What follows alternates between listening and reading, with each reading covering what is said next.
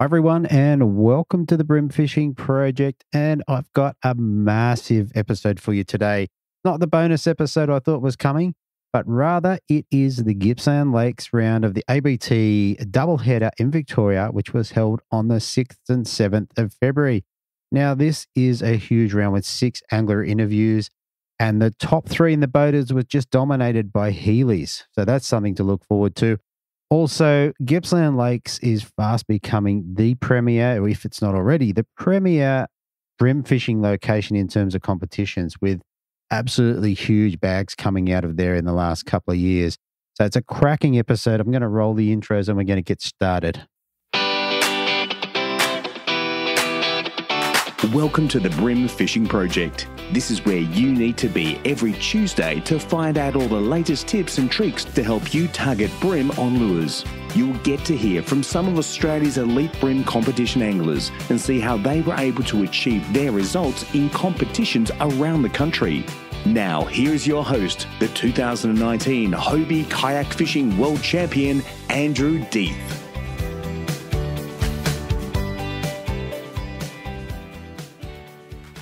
All right, so this was a cracking round and I'm really excited to present it to you. Mark Heely's efforts in the boaters were phenomenal, and you'll get to hear that story later. We've had a lot of great interviews here, and I've kind of let them roll so that it's going to be a long episode. So I hope you enjoy it. I'm going to get straight into all the stats and what have you so we can move on with the interviews. So as I said before, this was held on the 6th and 7th of February in 2024, which was a Tuesday and a Wednesday. So on the Tuesday, we had a major bite period at 8:26 through to 10:56 a.m., with the tides on the day being a high tide at 6:47 a.m. at 1.12, running down to a low at 2:02 p.m. at 0.21. On the Wednesday, we had the major bite period at 9:24 through to 11:54, with a high tide at 7:31 at 1.2 and a low tide at 2:47 p.m. at 0.13. Now, in terms of fish caught, now there is a heap of stats which I haven't got my hands on, but what I will say is the winning bag was 10 fish for 13.231, which gives an average fish weight of 1.32 kilos per fish, which is, I just think, is absolutely astounding. In any other, certainly in the kayaks, in any other arena, if you get a 1.32 out of your 3 fish, so if you just get 1 out of your 3, you're probably going to win the round. So if you do it both days, you're probably going to win nearly every round. So I just think it's staggering that they're catching so many fish like that. And I think you're going to find the interviews over the 6 interviews of how the guys got their fish, the differences. Yeah, it's quite phenomenal. So without any further ado, let's get into the angler interviews. Let's start off with the non-boaters. Here we go. All right. So in third place in the non-boater division, I have an angler that dropped a huge bag on Saturday of 3 fish for 3.389 kilos, backing it up on the Sunday with 3 fish for 2.392, giving him a total of 6 fish for 5.781. I've got with me David Ewell. Did I get your name right? I didn't ask first up. Yes, you did. Yep. No, that's close enough. Very good. Mate, you had a nice little comp down there. I did. I had a cracking comp. If you and it was my first ABT, which was good. So, if you had said that you'd end up on the podium for your first ABT, I would have taken that and not turned up, just about. But yeah, no, it was excellent. All right. So, mate, maybe we should start with the pre-fish. Did you get a chance to have a pre-fish down there? Yes, I did. Tony Kerwin, because was travelling with Tony Kerwin, so we pre-fished on the Monday, I think it was. I think it's hard to work out what days of the week it was. Yeah. Leaving on the Sunday feels really weird. Definitely. It confuses me when I'm recording them because I'm like, did you fish on the Friday or the Monday? Yeah. But yeah. So how'd you go? Did you do you crack any patterns? Not really. We sort of just travelled all over the place. We went to areas that we spent a fair bit of time fishing Gippsland Lakes socially and in comps and things, and basically just went to areas that we thought fish would be, different types of areas. So there's on the reefs, like out the front, sticks out the front of the Tambo, reef that runs along pretty much between there and almost runs all the way to the Nico. Various breaks in there, so along there. fished out the front of Paynesville a bit, fished a few docks in Paynesville, went up the Nico and had a bit of a look-see up there, and then finished off around Meetug and the North Arm. So we really didn't find a hell of a lot of fish. We found fish, we sort of catch one or two and then just leave, just go. So we sort of ballpark. It was more so for Tony, who was going in as a boater, because I sort of don't have a choice as a non-boater of where somebody wants to go, but you can always have a chat about it. But yeah, so look, I think if we had persisted in areas, we would have ended up with a reasonable bag. But that was, so it was a good pre-fish. Yeah.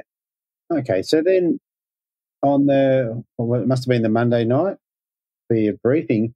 Who'd you end up drawing for day one and day two? Well, I ended up drawing. It was quite funny actually, because it started raining quite heavily, and there was about four of us standing on chairs of an outdoor table under an umbrella. Yeah. And there was a guy about within arm's reach of me that ended up, unbeknownst to me, being the person I drew for day one, which was Alan Lister. So it's the sort of thing that you don't see your next door neighbour for months on end, yet you go the other side of Australia and there he is type thing. So it was quite funny. But drew Alan on day one, and he sort of wanted to go out of Paynesville because the weather was looking pretty ordinary. So we did that, which worked, and sort of mucked around the jetties for a little bit.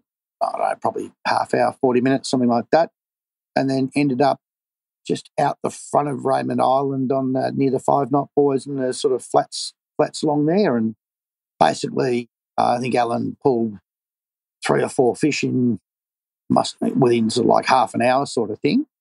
And then I started pulling some fish in, and we basically just caught fish there pretty much to probably about 11:30.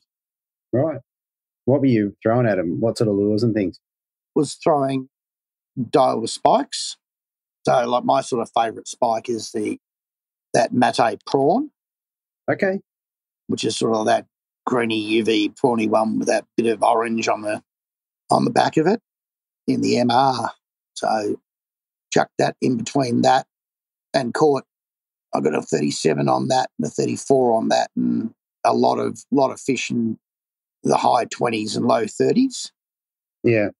And then we moved over to what's called the Compass Points, which is sort of halfway between McMillan Strait entrance and Eagle Point, and it's sort of like a series of pillars that look like the end of an old pier, and I think they actually might have been a pier there at some stage for flying planes or something. I think I read that somewhere. Yeah. And then moved sort of closer back towards McMillan Straits, and there's a little series of flats through there, and drifted through there, and that's where it pulled the 39.5. Right. Okay. So tell me about that. How was that on the same lure or? No. We were only sort of in probably, 400 odd mil of water, and that was on a Hurricane Twitch 50 shallow in UV prawn, which is another one of my faves because I like that because it's the floating one and it only goes a couple hundred mil underwater, so it's really good for rolling over the top of weed banks or shallow areas and things like that. I find that I don't catch mountains of fish on it, but what I do get is good fish. Yeah, okay. So, that was good. That was the first day, so the Tuesday, I think it was. Yeah, which, I mean, you had a cracking bag. You must have been, were you in first place overnight? Yeah, I was. I didn't look at the leaderboard during the day. Yeah. I had enough trouble sort of like putting fish in and filling the paperwork out, and it was the first time I'd used the app. And anyway, so just worried about that. And then I think as we were heading back, I think Alan was saying that I should be pretty close. So I think we had a look, and at that point then, it was. So that was good. Definitely. So that was day one. So we had a cracking day. Yeah. Nice fella to fish with, which was good. So, Yeah, all right. it was a good day one. Definitely, mate. Anytime you can come in first place is a good day. Well, that's right. What about day two, mate? Who'd you get paired up with, and how'd day two play out for you? Because you still got a good bag. Yeah. Oh, yeah. I got paired up with Mark Hayes. Okay. Yeah. I know Mark Hayes. I don't know him particularly well. I sort of bump into him, about a few beers with him during some of the Vic Brims. Oh, yeah. Yeah, cool. So we sort of launched at Meetung and shot over towards what's called Reef Point, which is sort of towards the very end of the Silk jetties Oh, yeah. Yeah. on the Bairnsdale side of the lake, and pulled up there in the morning in about 600 odd mil of water. Yeah. And started catching fish. Okay. And so if you're in that sort of depth, did you throw the Twitch 50 back on? No, because it was sort of a rocky, sort of reefy area. I was just using the spike predominantly. Okay. And we're just sort of like jerking it, so like rip pause sort of thing, just small. So it was sort of on the getting to the bottom and then just sort of sitting there, and had a bag by about 8 o'clock. Okay. Well, that's cool. Which is always good. Yeah, definitely. And then it went a bit quiet. And Mark was catching a lot of fish too. And he caught a couple of decent fish too, so like mid-30s. Yeah. And then there was another boat that was about maybe 100 metres further out than where we were, and just not quite as far down. And when we went quiet, they started catching fish. So we just moved out a little bit into about 900 mil of water roughly. Yeah. And then it was sort of, well, it was on like Donkey Kong. Okay. He was catching fish all the time.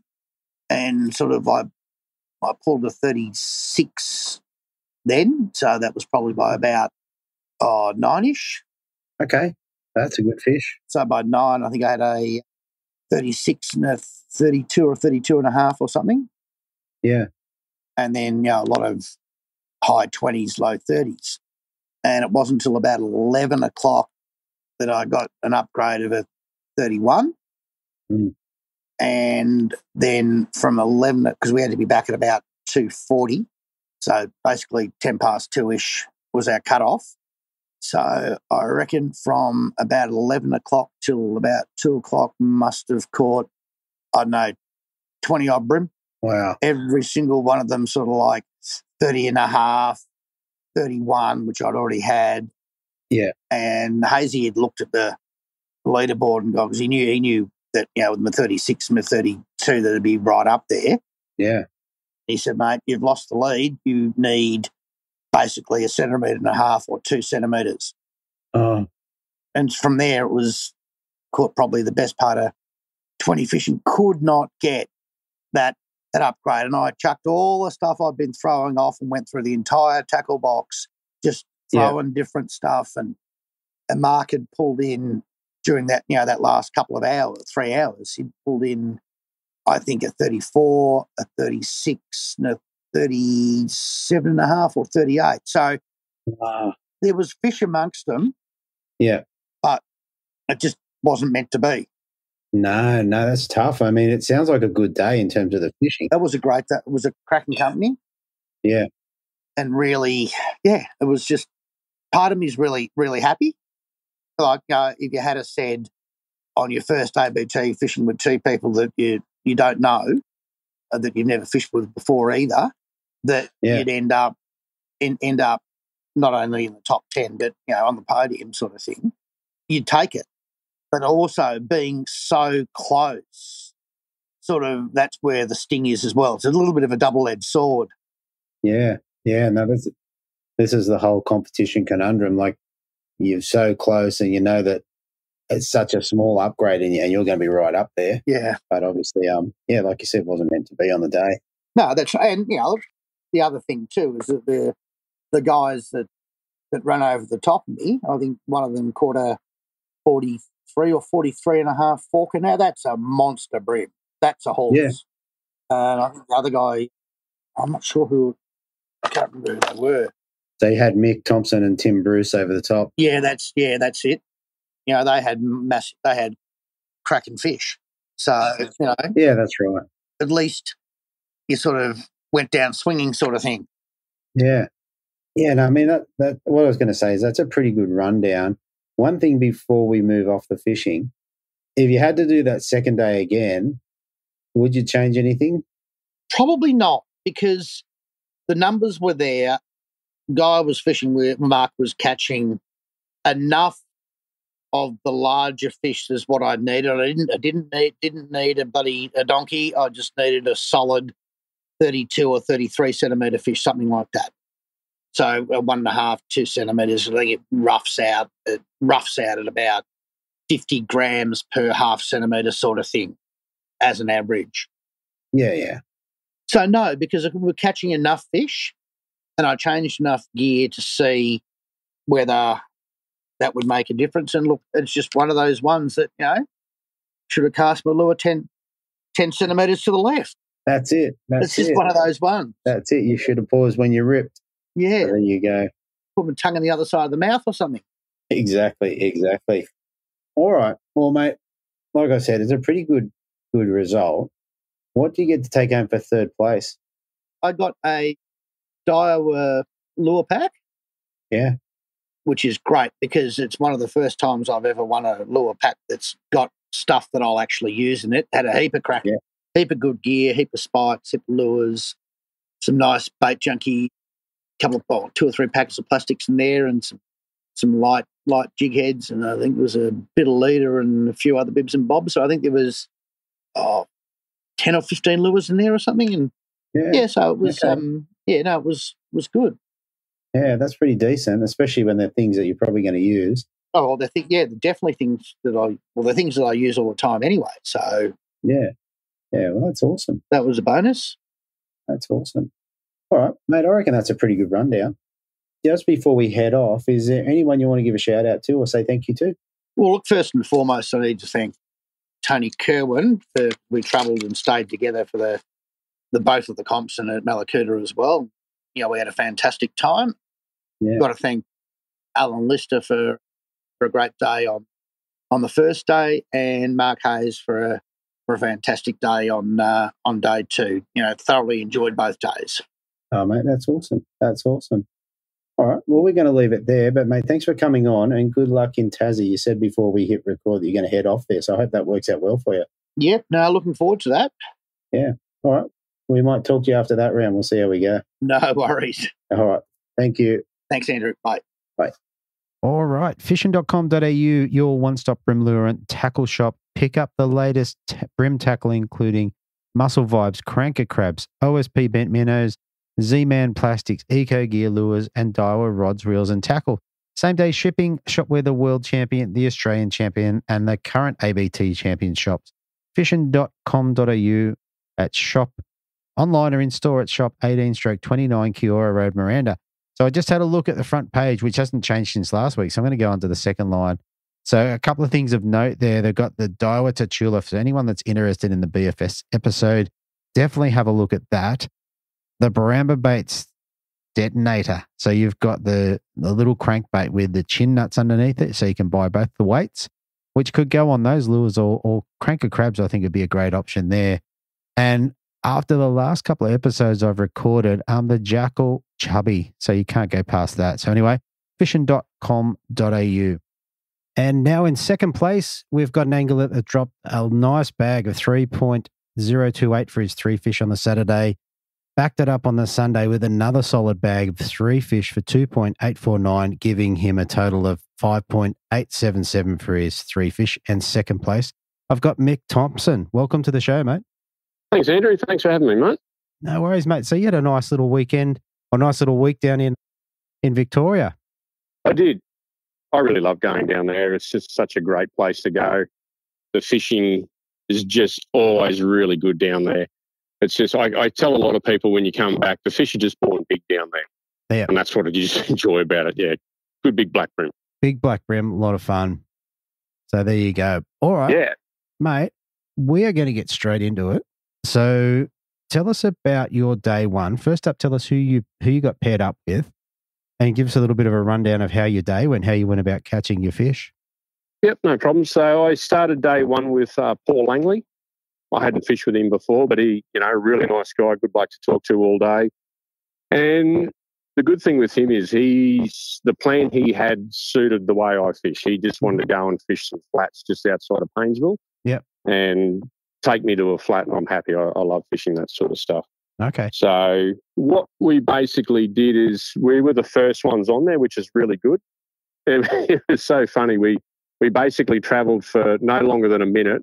We pulled up. I took my life jacket off, grabbed my rod, cast out, 2 winds in, got a 36 forker. As quick as that. First cast of the comp. First cast of the comp. I thought this is going to be a great day.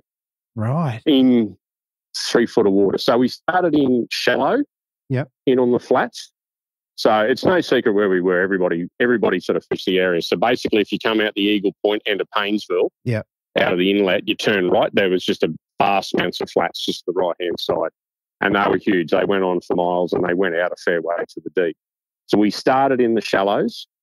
I like to use the Spike 53s, even though they dive down to sort of 1.82 metres. I really love them in shallow water. Okay. That big bib just digs into the sand. The back of it wobbles around everywhere. You put puffs of dust up everywhere. And I think it really gets the attention of the fish. Yeah. But you've just got to wind slow. If you're winding too fast, you're out of the game. You're not going to catch the fish. Yeah. Okay.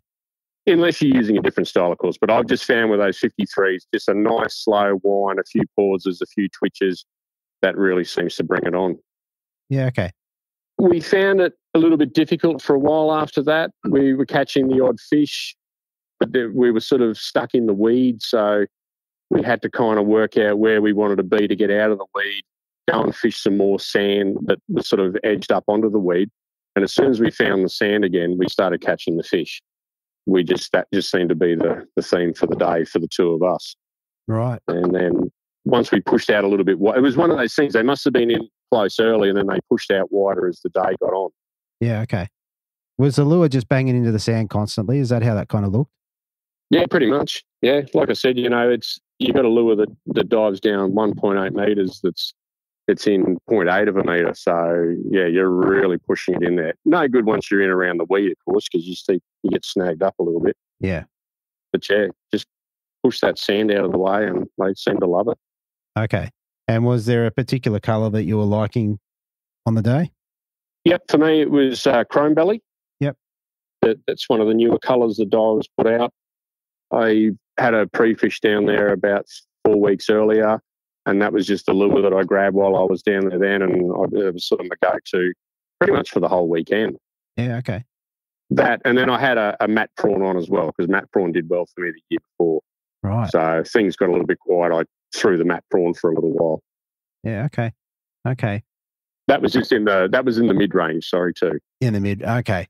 So basically at this point, you'd push out a little bit wider. You got the big fish early. How'd you go getting? You must have got another 2 kilo fish there somewhere. Yeah, once we got out past that weed line in about 1.5 metres of water, we just found Paul had the live scope or whatever it is on the front of the boat. And you could see schools of fish just swimming around. And basically he was fishing towards that, but I was just using my glasses and looking for the weed edges and then casting around that sort of weed edge, because I figured that they must have been coming out of the weed onto the sand and then back in again. Yeah. So if anything sort of swum along that edge there, they were coming out and pouncing on it. Right. Okay. Very good. Did you catch fish throughout the day, or did you get them in spits and spurts, or how'd that look? No, it was pretty consistent through the day. Like I wasn't racking up big numbers. I was probably getting more reasonable sized fish, where Paul, every time you turned around, he's pulling another fish in. Yeah. But unfortunately, just what he was using, he was catching a lot of the smaller ones. And he's fishing up the front of the boat. So he's sort of looking at his live scope and casting to what he could see in schools of fish. Yeah. But it was consistent all day. It wasn't like you had big, long periods of time where you cast for nothing. Yeah. It was just one of those enjoyable days, you put in 20 casts or something, and then you hook a fish and you go, yeah, you beauty. Yeah, exactly. Exactly. And you ended up stringing together a nice bag. Like anytime you can get over 3 kilos, it's been a pretty good day in the water. Oh, yeah, especially for 3 fish. Yeah. I guess for me, to go down there. My goal really was this year, I just wanted each bag to come in on the 3 fish over 30 centimetres. Yeah. Yeah. Okay. No 20s, just all 30. So I sort of hit the goal, and I was pretty happy about that. Definitely. That's pretty good. All right. So that, I think on counting, you must have been about 5th or 6th overnight. Yes, I think it might have been 5th. Yeah, I think it was 5th. Yeah. Some good bags definitely on day 1. Yeah, absolutely. Yeah. All right. So day 2, who'd you get paired up with, and how did day 2 play out for you? So I had Richard Hadlow on day 2. He's new. That was his first boating comp that he'd done. Yep. He'd only sort of done a few non-boating comps about 2 years before that, on and off. So very good fisherman, great fun bloke to be with for the day. Yeah. He doesn't mind a chat during the day. And he had a plan for day 2 similar to what he had for day 1, which was to go and fish around the Mitchie and the Tambo Flats. Right. But by the time we got out there was nothing happening. Yeah. We tried a few different spots, and I think I got one small one just outside the Nicholson River, but nothing in the spots that he wanted to go to. Right. So we were going to push further up the system towards Hollands, and he just sort of said to me, if there's anywhere you want to have a look on the way through, he said, we'll stop in there first. So I took him back to the flats on the left-hand side as you come out of Paynesville, where there were big numbers there the day before. Not big fish, but a lot of fish. And I thought, we'll just go there and we'll stay out of people's way. We'll catch what we just get a bag up and get a bit of confidence up to keep fishing. But there was nothing there either. So we went back over to near where I fished with Paul on day 1. But there were quite a few boats there. And I said, mate, let's just hold back. We won't go anywhere near these guys. You know, these guys probably fished there the day before. So we stayed out of the way. And again, caught another, I think it was a 33 or a 33 forker, almost in the same spot I got the 36. Right. In the shallows. So we thought, oh, well, this will be good. Yeah. Had the same plan. I'd saying to Richard, it'd be nice to push out wide, but there were boats out there, so we just stayed away from them. So we played in the weeds for a little while and got a couple of smaller fish out. And it was the funniest thing. We were sort of chatting away, and I turned around to look out to the wide to see where the boats were, and everyone had gone. Right. Everyone just disappeared, so it must have been fishing too well out there. Yeah. So we pushed out to the depth that I wanted to, found the same thing, looked where the sand hit the weed edges, and bang, we just found them. They just turned on. And I think we had about a 2-hour window of constant fish, just one after the other, and good size. He got a couple of good 38s, but I think 34 was about the biggest I could get that day. But you could see the brim. They were actually coming up and slurping off the surface. Yeah. So we weren't sure whether they were slurping off bugs or there were small prawns. There was a lot of bait fish around. Okay. So basically, wherever we could see the brim coming up to the surface, we basically just electriced over towards that and then drifted through it. Turned everything off and just drifted through nice and quiet. Every time we did that, we got fish. Yeah, okay. Nice. It sounds like a fun way to fish. At least you can see what you got something to cast at, which is pretty cool. Yeah, that's it. Because he doesn't have the same electronics as what Paul had, we were basically just fishing old school. You see something, you work it out and you cast towards it. So nice. he really enjoyed it. He actually had a ball that day. He found that quite fun to do all that. Yeah. Yeah, no, that's pretty good. But from listening to your 2 days accounts, it sounds like you did a lot of, so you're fishing on the flats, but you were targeting like the weed pockets and edges, or the edges of the weed. And it sounds like that was probably the trick for you there. Pretty much. I mean, when I fish around Brisbane, some of the shallow flats that I go to in the Northern Bay, it's a similar situation. You drift across weed beds and I just look for the sand pockets. Yeah. So you basically cast over the sand pockets and there's generally a fish sitting there. Yeah. So the same sort of rule applies down there. Even though they tend to leave a little bit more in the weed down in Victoria, I still think they cruise along the edges, and then that's kind of that's what I found where I was getting them. Yeah, nice. All right.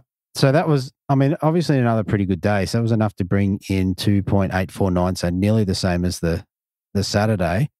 Before we move off the fishing, so you were using the same spike chrome belly on the Sunday as well? Yep, using the same chrome belly. if it went a little bit quiet, like once we went through that big window where we were catching a lot of fish, it seemed to quiet down a little bit. So I put a mat prawn on, which I did pretty well with the year before, and started catching fish again. And then we just sort of alternated between anything chrome and the mat prawn for the rest of the day. And yeah, look, we really got fish right till the end. We left there and went back to the Mitchie Flats because the wind was on it. Yeah. But we could only catch small fish. And there was a fisher cast there, but there was just nothing over sort of 25. It wasn't really worth being there. Yeah, okay. Yeah, and you already had decent fish, so. Already had decent fish, yeah. So that's good. There was plenty of fish, which is good to go. It's good when you travel a good bit of distance and you know that well, not that you know, but at least you can go there and you're catching fish. That's sort of what you're there for. Oh, exactly. That's exactly what we're there for. All right, mate, I reckon that's a pretty good rundown of the fishing. Mate, for second place, what do you get to take home for that? I don't actually know. There's a little bit of controversy over that. Okay. The guy that I actually came in third, guy that came in second, I think he'd accidentally put a fish in twice in the app. Ah, ouch. And it wasn't brought to everybody's attention until we got down to Malakuta. Right. So I know it was a Daiwa pack of some sort, but I have no idea what's in it. I never saw it. Oh, there you go. You go. I'm sure that'll get sorted out. And that's the first I've heard of that. So that's interesting because I've done all the interviews. Oh, okay, yeah. So this is the last one. Yeah, right. So. Oh, okay. Yeah, well, the reason that you don't see it because you end up dropping back down to 19th. Yeah, nice. Well, not nice for him, but yeah. No, that's right. And my third prize pack, I've got to get the address of the bloke that came in behind me, and I'll post it on to him as soon as I get the chance. Yeah, to David Ewell. I spoke to him last night. Yeah, that's him. Yeah. Oh, okay. Oh, I might be able to get the details off you then. Yeah, that's fair enough. All right. Yeah. Mate. I'll pass them on. Yeah. I reckon we'll leave that there. Mate, one more thing before we go. Is there anyone you want to give a shout out to or say thank you to? I thank the same people every time I go away. I mean, you can't thank the sponsors and Steve and Nicole for organising the competitions because they do such a great job. And without the sponsors, it's still fishing, but it's just fishing with some prizes and having a bit of fun. Yeah. But my biggest thanks goes out to Grayson Fong. He has been my absolute mentor when it comes to brim fishing. Yeah. I've been fishing all my life, but he's just opened me up to such a broader spectrum. And even the way I think about fishing now, even like my background, surf fishing and, fishing creeks and stuff like that. The way that I rethink on everything that I do now when I go fishing is mainly because of what he's sort of shown me over the years. Yeah. I'd like to say one day I can out fishing, but it's still a really long way away. Well, and the other one is Cam Whittam. Okay. Traveling down to Victoria with Cam, he's just unbelievable. The things that he's taught me down there to the point where he will show you one system to do. Say you're fishing at Malakuta and you're fishing the Goodwin Sands, and I'm talking like this was 8 or 9 years ago when I first went down there. He showed me how to use a shallow chubby, exactly the way to wind the thing in, and you'll catch fish. Right. So in the tournament, I was fishing with a boater and I had that lure on. He goes, mate, what are you doing with that? You're not going to catch fish. I said, no, Cam showed me this is what I've got to do and this is the way I'm going to do it. And every cast was a fish. Right. He tried on about 6 lures until eventually tied on the same chubby and started catching fish. And he goes, how did you know that worked? I said, because Cam showed me how to do it and that's why I'm doing it. Fair enough. Those two guys have been my best mentors that I've had when it comes to fishing. And they're really good teachers too. Yeah. Willing to show you and teach you anything. Yeah. So absolutely. They're great guys. Very good. All right, mate. That is brilliant, mate. I want to thank you for coming on the show. And, mate, hopefully we get to talk to you again before the year's out. Yeah, no problems, mate. I'm willing to do it. I don't mind having a chat with people. Very good. All right. Thanks, mate. Okay, no worries. Thank you. Okay, so if you're in the market for a new fishing kayak or looking to make some upgrades to your existing kayak or possibly looking at kayak fishing tournaments, then HWS is the place to go. They have a full range of Hobie kayaks, stock the latest kayak accessories, and are really dialed in when it comes to the best kayak fishing setup for the casual fisher and tournament angler. hws.com.au, online or in store at Shop 3/638 Pacific Highway, Belmont. Free delivery on Hobie kayaks across all of Greater Sydney, Central Coast and Hunter. All right. So just having a look on the HWS website, and one thing that has become more important to me has gone on is power poles. Now, I'm using a power pole with a micro lithium battery pack rather than hard wiring it. And there's a couple of times where I haven't used it recently because I haven't charged the battery. But yeah, it's definitely become part of my fishing. Being able to pull up on a flat and just stop and not move anywhere, I think is invaluable. So definitely check those out. If that's out of your price range, they've got one that I haven't seen before is a Yak Attack park and pole. So it's an 8-foot stakeout pole for $219. I think that's definitely worth the effort. I mean, obviously just drive that into the ground, tie it off to a rope and off you go. And definitely that's what we used to use as a Hobie stakeout pole was something we used to use in the past. So, and not to play down the drift chute that I normally use because I still use that. But in conjunction, drift chute, stakeout pole, or power pole, I reckon you got yourself sorted when you're flats fishing. Anyway, you can get all that at hws.com.au.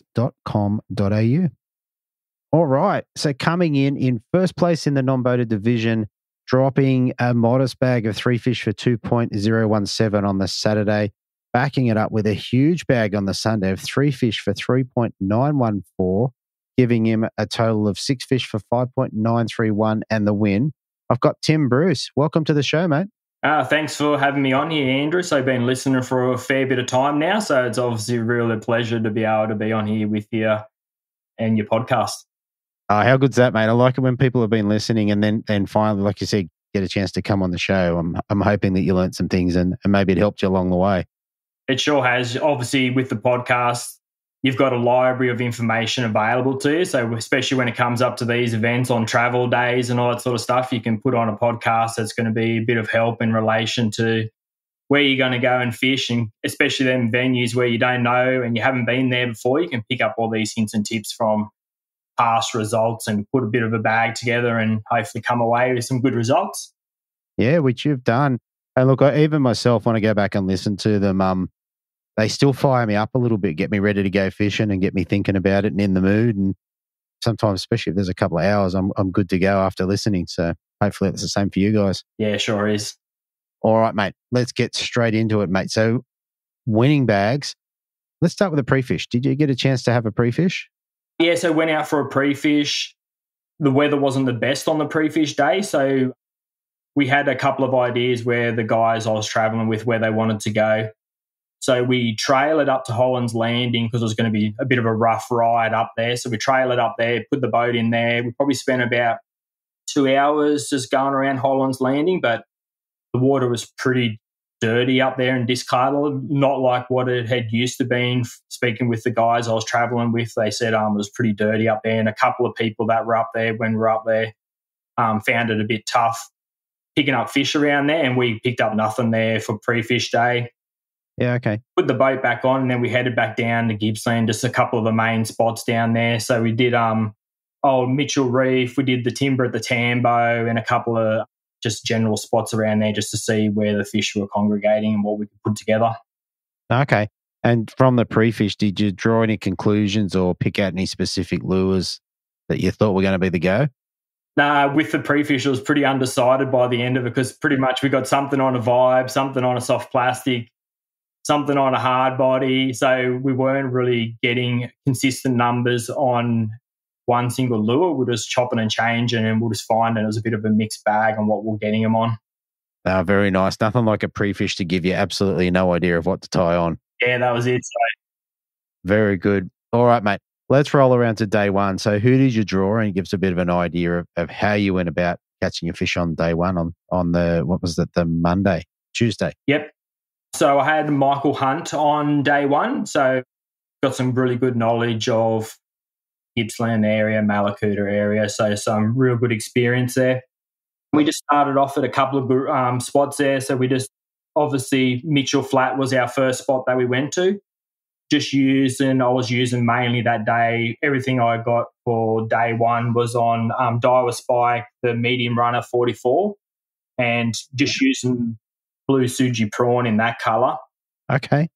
And I was able to get a couple on the matte prawn in the extra deep runner 44. So I was able to put together a bag. Yeah. Wasn't the latest bag, but my main aim for the day was obviously just to weigh in a bag, obviously being first time down at Gippsland. So, Yeah, definitely. And look, hindsight will tell you the bag was big enough to keep you up there. Yep. But most important thing is start with your 3 fish. Yep. With your Spike 44, how did you find they were taking it? Were you taking it on a pause or were you banging it into the bottom? How'd that kind of look? Yeah, so where we're fishing reasonably shallow. So the mid runner I had was dredging into the bottom. Yep. So I was finding that they were taking it on the pause. Okay. We found from when Michael was there the day beforehand, he said the bite was a lot timid and the size was smaller compared to what he got the day beforehand. But yeah, finding that slow roll on the pause and they were biting it then. Okay. And was there any heartbreak? Did you miss anyone that you went, oh, I needed that one? No, I didn't drop any for that day. It was just probably I didn't really get the size to bump me up further to where I really wanted to be. But at the end of day one, I was sitting in 19th place. So out of 60-something non-boaters, I was reasonably happy with where I ended up for day one. So, yeah, I mean, that's really interesting because that's nearly 19th to 1st is nearly monster mover area. So, that's really good. All right. It's interesting. I did a comp once many years ago. I think I've spoken about this before where I was a kilo behind on day one and you think, oh, you're not going to make up a kilo. But I was able to make up a kilo because the guy that was in first place caught no fish. Yeah. So you just never know. That's it. All right. So in 19th place overnight, who did you draw on day 2 and how did day 2 play out for you? Yeah, so day 2, another local for the Gippsland area. So I had Peter Burkle for day 2. Oh, yeah. Yeah, so really good boater, a lot of local information up there. So we started up in some of the bays heading towards up near Steel Bay. So that's where we tried a couple of spots on the way up. Yeah. One of the spots we went to go into, there was already a boat on it. And then another spot, we probably sat there for 15, 20 minutes and really got nothing and seen no real fish on his Garmins. Okay. And then we made our way up to Steel Bay and pretty much that's where we sat for the rest of the day because we've seen good numbers of fish coming through on what was seen on the sounders. And then obviously the bags we were putting together and a couple of bigger fish that I got. We pretty much sat out that day there and just grinding it out, just chasing the school of fish around that we were pinpointing. Right. Okay. So let's dial this back a bit. So first of all, did you stay with the Spike 44 for day 2 as well? No. So when we first got there, we found fish, but we tried a bit of everything, throwing grubs, nothing on a grub, trying the extra deep in the Daiwa Spike. Got no bites on that. And then Peter changed over to a Vibe and he got, I think I was still digging it out with a Spike and he bagged 2 fish. So I'm like, oh, I better change up what I'm doing, and then changed over to, I threw on a Hurricane Sting 37 in the cracked black. Okay. And then because Pete had a trebles on his hook and with the stinger hook for the stingers for the Hurricane, we found the stingers weren't getting snagged up as much with all the mussels on the bottom. We weren't really fishing weed beds or anything. It was just pure bit of gravelly, rocky bottom. Yeah. And we started to really nut out some fish on the Vibes. We started really putting some good bags together. Yeah, okay. And you said with Pete's got the, I think he's got the Garmin LiveScope. So were you able to use that to good effect to be able to see where the fish were?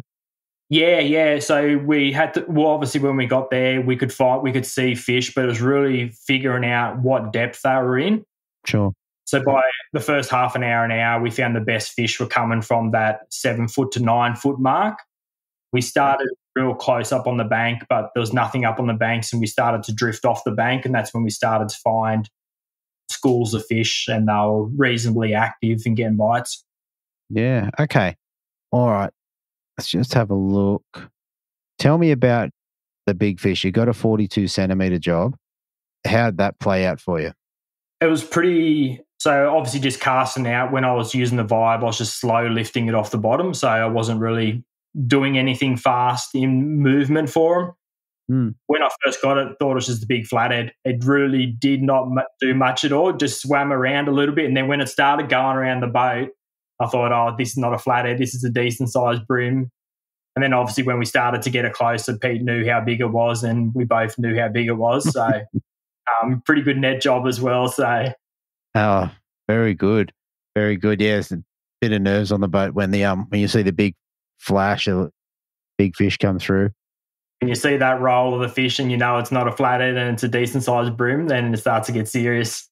That's right. That's right. And you're hoping those little hooks are going to stay in, which obviously they did. Actually, in terms of that, once you got it in, how well was it hooked? Yeah, it was reasonably hooked pretty well in the top of the lips with the stingers. So I found we'd lost nothing on the stingers, so that's why we probably went there that way, and we're probably getting better hookups with the stingers as well. Yeah. Yeah, no, it's a good way to go. Sometimes they do get in and they're going to take a lot of force to pull them out. And then your other fish that you backed it up with, you had a 38.5 and a 35.5. So giving you just a cracking bag. Yeah, so I pretty much had all them by 10:30, and then pretty much from 10:30 I was just trying to upgrade that 35.5, but I had no luck. From 10:30 onwards, I was just grinding it out with 30s, 32s, 33s. Yeah. I really wanted to upgrade that 35 just to seal the deal, but couldn't upgrade it, but got there in the end. Yeah, which is crazy because all those fish you threw back, there's going to be a day when you're fishing, you're going to go, I wish I could have one of those fish right now. Yeah. So, all right. So before we move off the fishing, what sort of lines and leaders were you running for the weekend? So pretty much what I was running for the weekend, 8-pound J-braid, Daiwa J-braid, 6-pound Yamatoya Chinu Harris, and that was pretty much what I was using. Not really a straight-through guy. Sure. I prefer braid and leader setup, just used to it, feel comfortable with it, so never busted off or anything, so it was really good. Very good. All right, mate, I think that's pretty good. Mate, what did you get for first place in the non-boated division? Yeah, so first place, obviously get the trophy, get the badge, entry to the grand final at Lake Mac, and then a pretty good Daiwa prize pack just to stock up on the Daiwa jig heads, spikes, and soft plastics as well. So it was a good prize pack for a non-boater.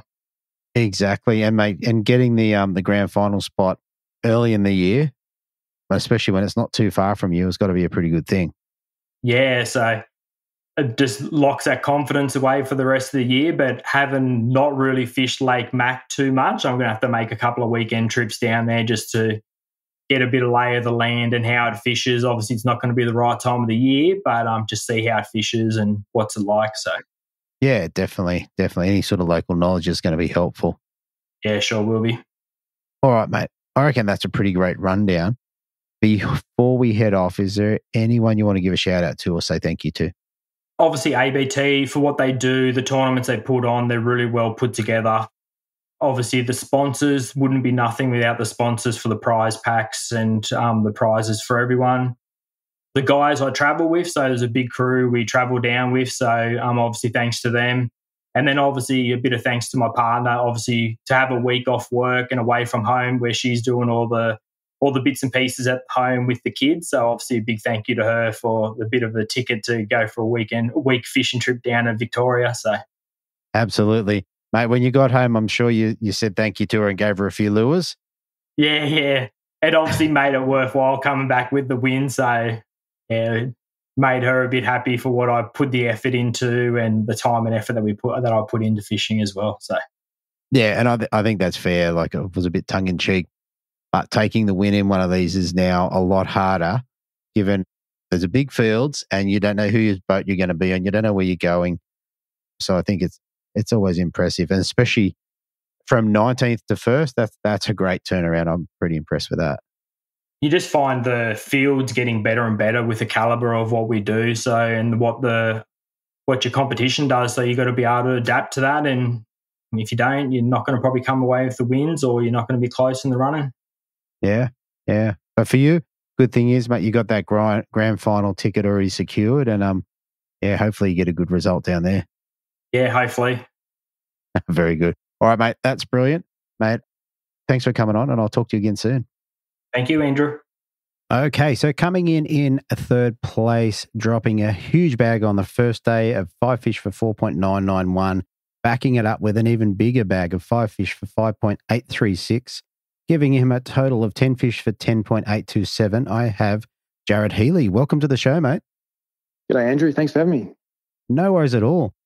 You and your partner have had a couple of chances at coming on the Brim Fishing Project. Yeah, we have in the last sort of year, I guess, with the Vic Brims and now the ABT. It's a few good results, so I'm happy. Absolutely, absolutely. For those who don't know, so you fished with Sean Clancy and was definitely one of my favourite interviews of the year, where you guys fished Marlow and got the little tinny out and went up into the Lake Coringal, I think it is. So, which was a really cool story.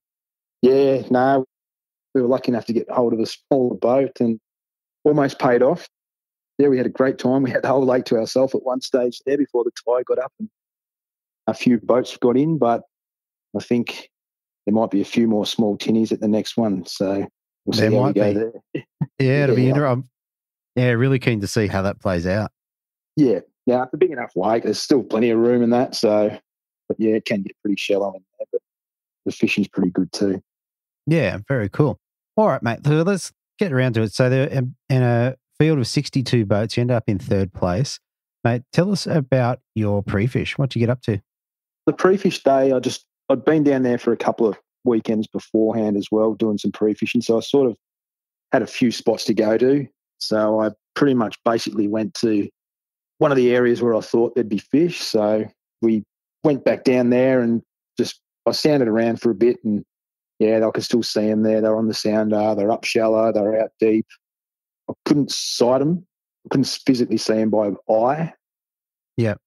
So we just started casting around and yeah, sure enough, after 20 minutes, you'd start getting the bites, and they weren't massive fish at that stage, but even the 2 weeks prior, there's plenty of fish through there. Like we're catching good numbers of fish, but there was still just the bigger ones were a bit scarce, I suppose. So I knew, and it worked out, if you just sat there for long enough and kept filtering through them, you'd pick up big ones along the way. So I sort of tried that spot.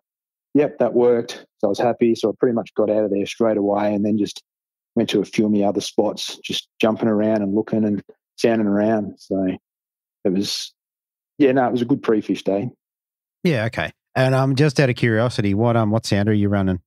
I got all my sounders are Humminbird. So I got a 10-inch helix on the console and then a 15 helix on the bow and running 360. So basically just moving along the bank. I'm just got the 360 running. I can see fish pretty much. If they're in the area, you could see them. Sometimes you could decipher the bigger ones from the smaller ones. Bigger ones were hanging sort of on their own, obviously, and then the little ones would be packed up tight, just running amok and everywhere. So. Oh, very cool. Very cool. All right. So, mate, you're all set for comp day. Tell us how day one played out for you. Day one, I ended up starting I didn't go to my main spot. I started at Duck Arm because on the end of the pre-fish day, I did nick across to Duck Arm and got two good fish, 38-centimetre fish in 2 casts, and then dropped another one, the 3rd cast. And it's like, well, there's big ones here. Yep. But with Duck Arm, it's a bit hit and miss. They move in and out of there mornings and afternoons that you might find them, they might be gone. So it's like, I just wasn't sure. And I've had it happen to me before where I've found fish there and then gone back thinking, yep, you're going to catch them. They've obviously moved on. So I was up all night thinking, where do I start? Do I start in a good spot? I don't know whether there's some big ones or go to Duck Arm. So bit the bullet, went to Duck Arm. I thought, well, I can give it half an hour, 45 minutes and see what happens. But I did get fish straight up at Duck Arm there. And I got a bag in maybe 45 minutes, but they just weren't. They were low to mid-30s, I guess, somewhere around there. So at least it was a start. So I stuck there for a bit and then stayed there for an hour and a half maybe, and then, went back around to another spot where I'd been fishing and the pre-fishing and all that. And, pretty much straight away, as soon as we moved back around there, there was fish around there as well. So, and they were getting bigger as the day went on as well. So, yeah, okay. And what were you throwing at them? What was working on the day? Mainly chubbies just in brown suji and little 48 mil double clutches.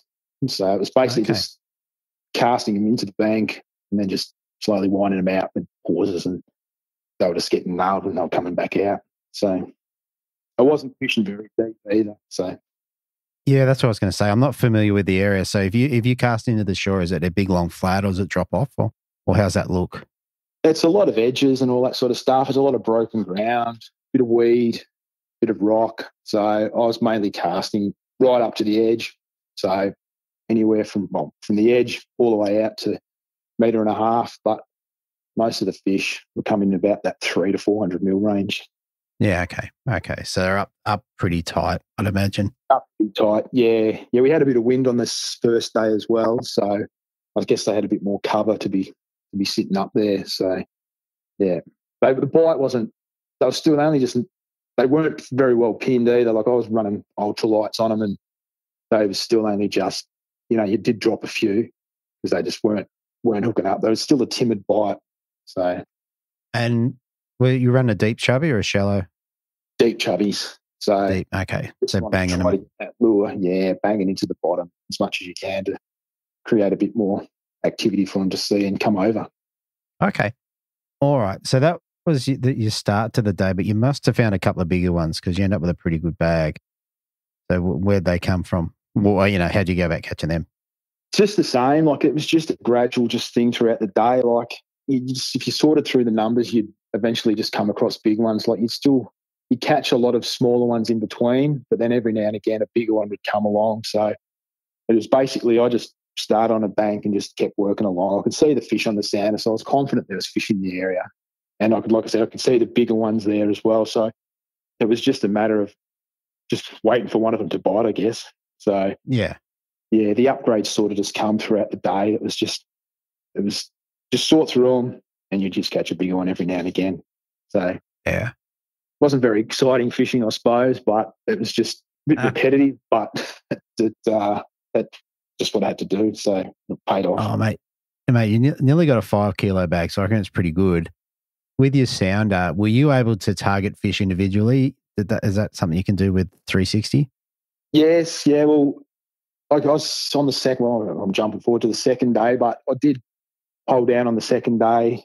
Put the pole down and just sat there, and I'd watch them swim in and out from where I was fishing. So bigger ones were maybe sitting in groups of 2 and 3. And that's occasionally one. You'd see the bigger clumps move through, so you could cast in their direction. And yeah, you wouldn't catch everyone, but you definitely could see them, and you could target those individual fish, and you did pick them up throughout the day as well. So.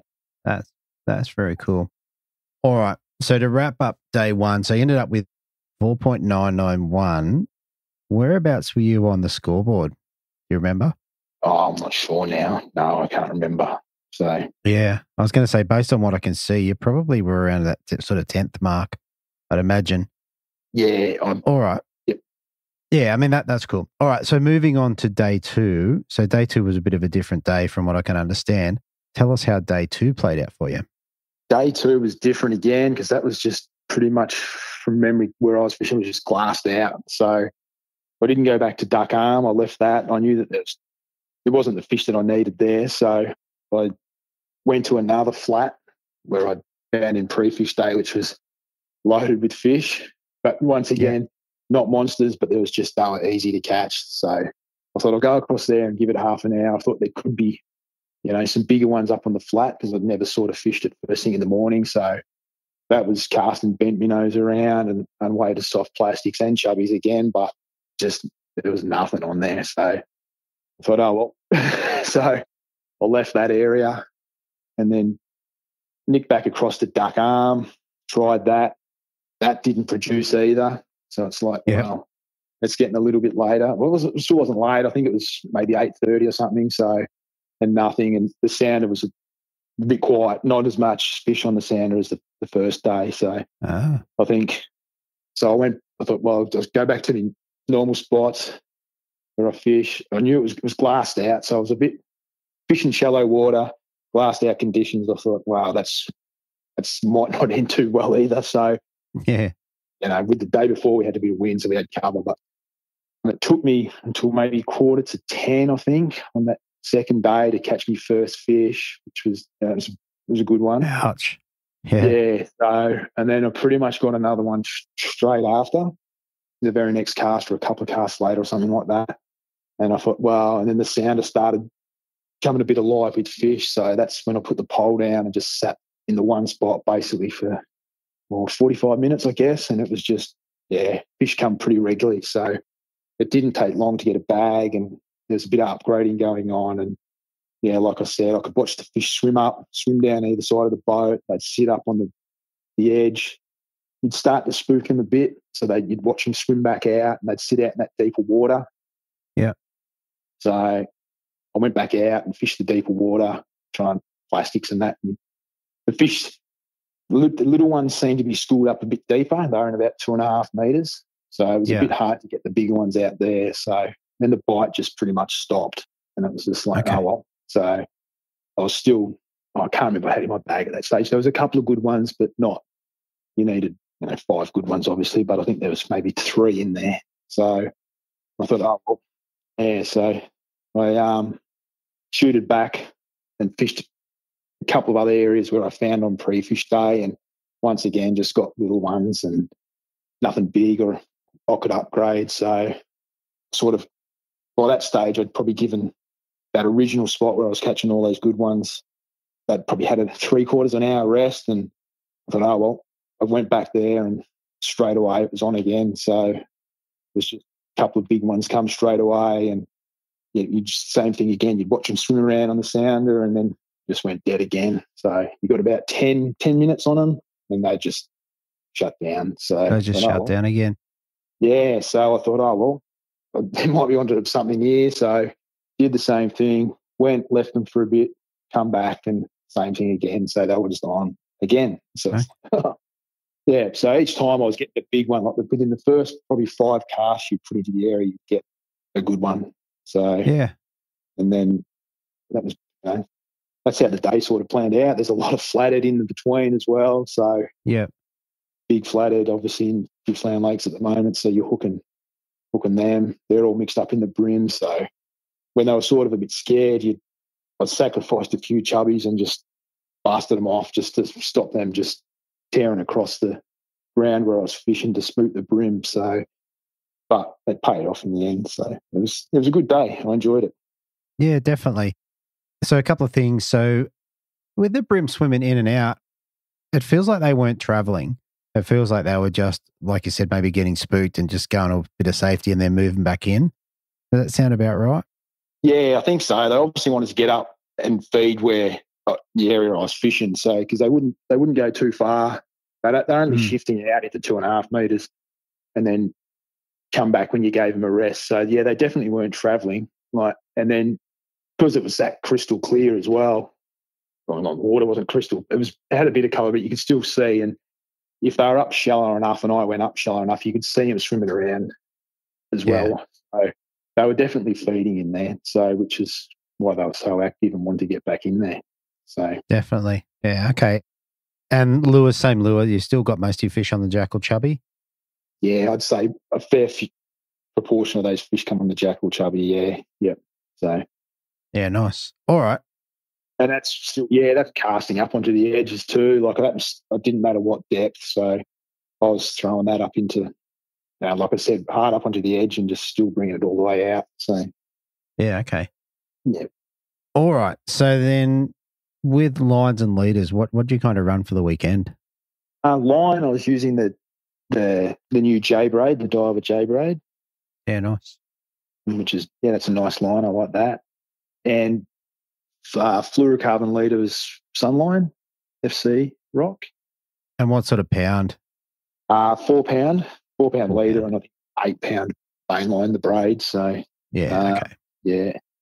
And then rod, just the in-feet 23s. So yeah, nice.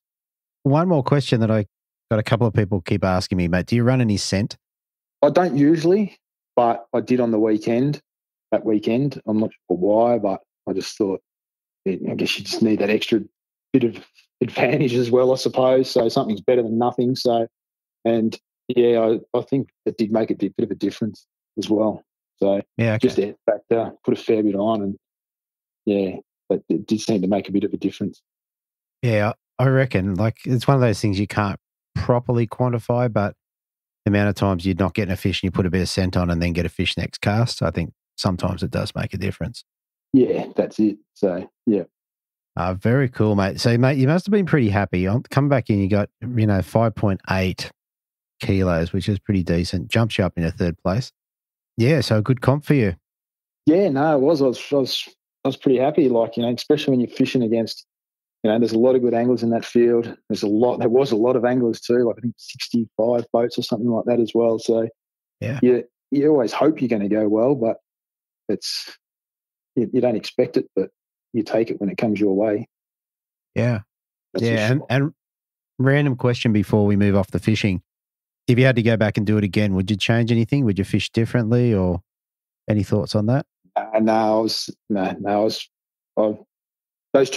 last two Victorian comps, I was pretty happy with the way I fished. I think I made pretty good decisions. So I probably I wouldn't change anything. So. Wouldn't change it. Yeah, fair enough.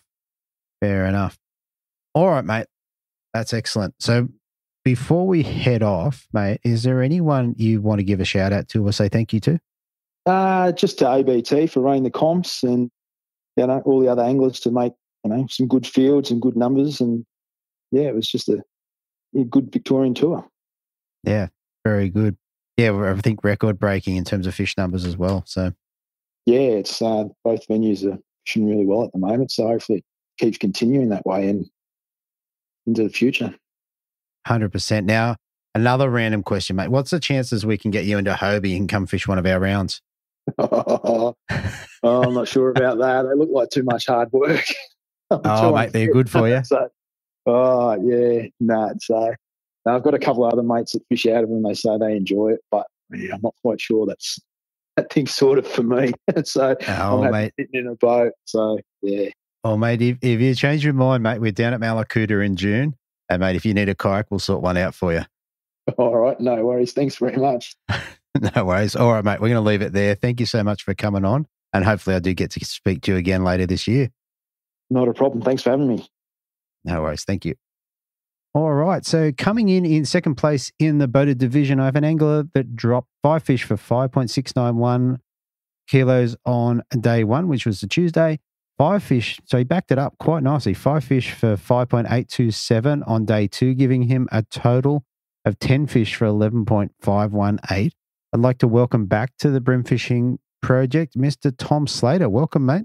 Thanks, mate. Thanks for having me. Mate, here we go again, mate. You're making a habit of this. Yeah, I think we were just saying it's been maybe the 4th time I've been on, so I appreciate you having me back. No, it's good to talk to you. Yeah, 4th time plus an ALF interview, which was pretty cool too. We did an angler profile over there for anyone that hasn't heard it. Right. So, mate, you'd be cheering about that result, wouldn't you? In a big field? Yeah, no.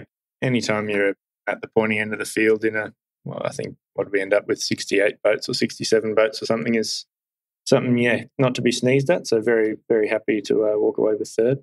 Yeah, definitely. All right, mate, we might get straight into it. Tell us, did you get down there to have a pre-fish on the Friday? I can't remember what day.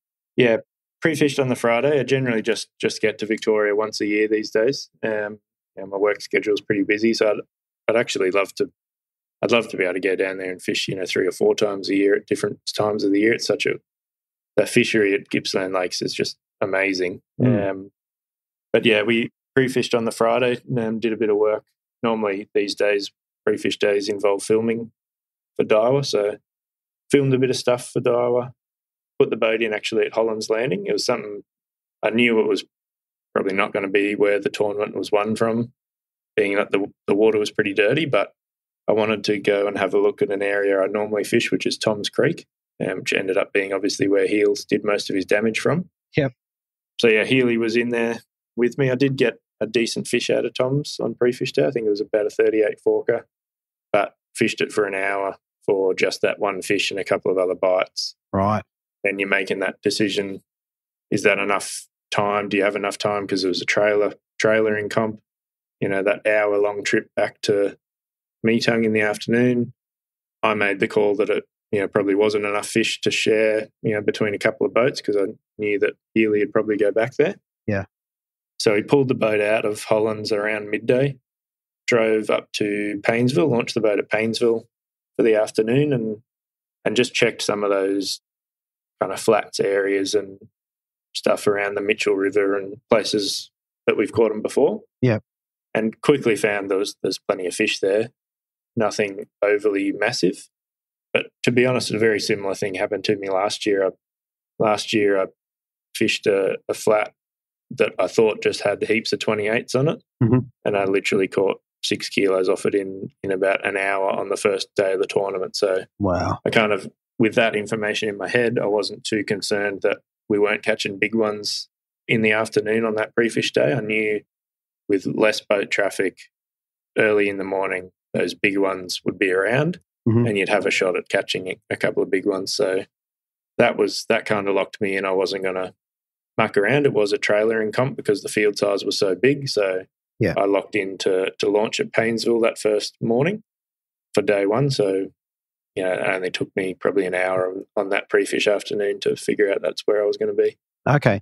And for after your pre-fish, what did you tie on? Did you tie surface, plastics or hard bodies? What you put on?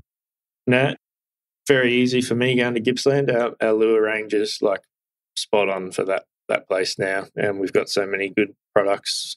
So it was hard body fest. It was funny. We were rigging up at the Airbnb. I was staying with Tucker, Pato, Ben Shuey, Cam Whittam and Builder Mick. Yeah.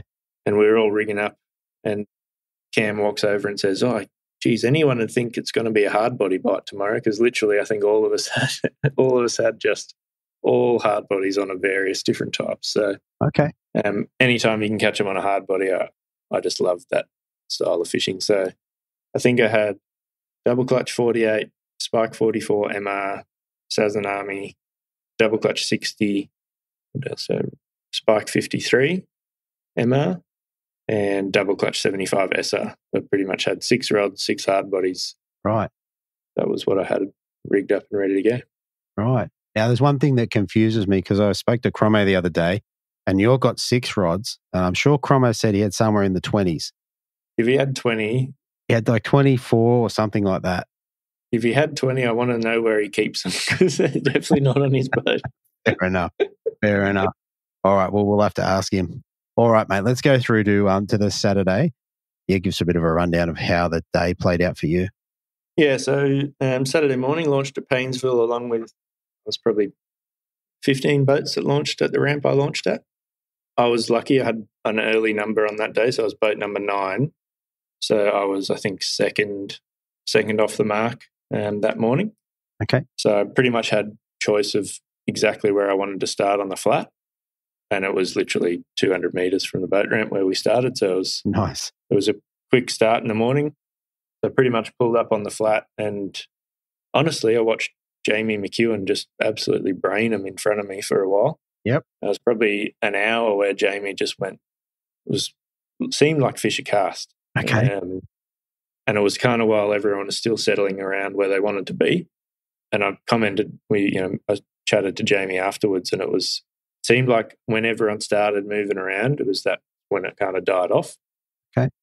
But yes, to start with, I think Jamie had maybe 4 or 5 fish before I'd even caught one. Right. But the one I got straight away, I picked up a double clutch 48 because I kind of moved in a bit shallower. I started in around 3 to 4 foot, and I kind of pushed in to like 2.5 foot. So I started off throwing a spike 44 MR because I really like that lure in that kind of depth of water. Just ticks the bottom. When you're twitching it doesn't quite go down to the full depth as when you're like slow rolling. Yeah. So when you're twitching, like that 4 foot is kind of perfect. Yeah. I pushed up into that 2.5 foot, kind of in line with Jamie. So I was fishing kind of that deeper edge, and Jamie kind of pushed her in, not pushed in, but worked in beside me and kind of went up further on the flat. So I kind of moved in a bit shallower and picked up that double clutch 48 because it goes a bit shallower, and got a 41.5, I think was my first fish. So very happy with that. Was, again, didn't even look like catching a fish that caliber on the pre-fish day, but I just knew that those fish live around that area. So that was a good start.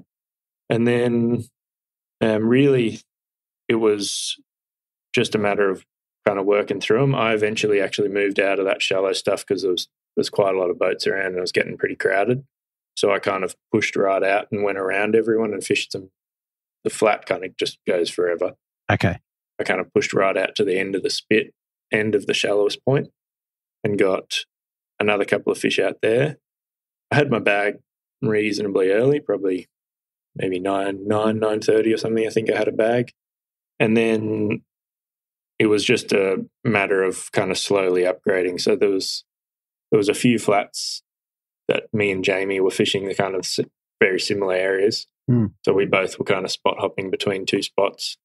And I got a couple of 37s off another flat, just only 500-600 meters away. Yeah. So I ended up with what was a pretty decent bag, but I still had that one fish that was kind of just a bit smaller than the rest. Yeah. So I think my smallest one on day one might have been like a 32 or 32 and a half or something. Yeah. And that was the difference between like day one in 2023 and 2024.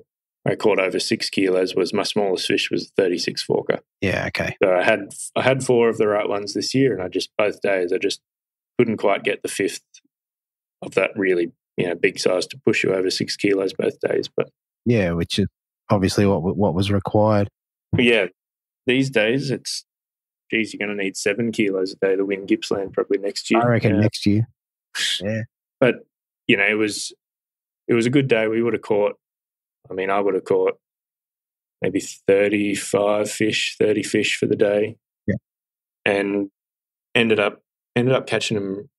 Like I started the morning, your typical kind of jerkbait retrieve, like twitch, pause, and they were smashing on the pause.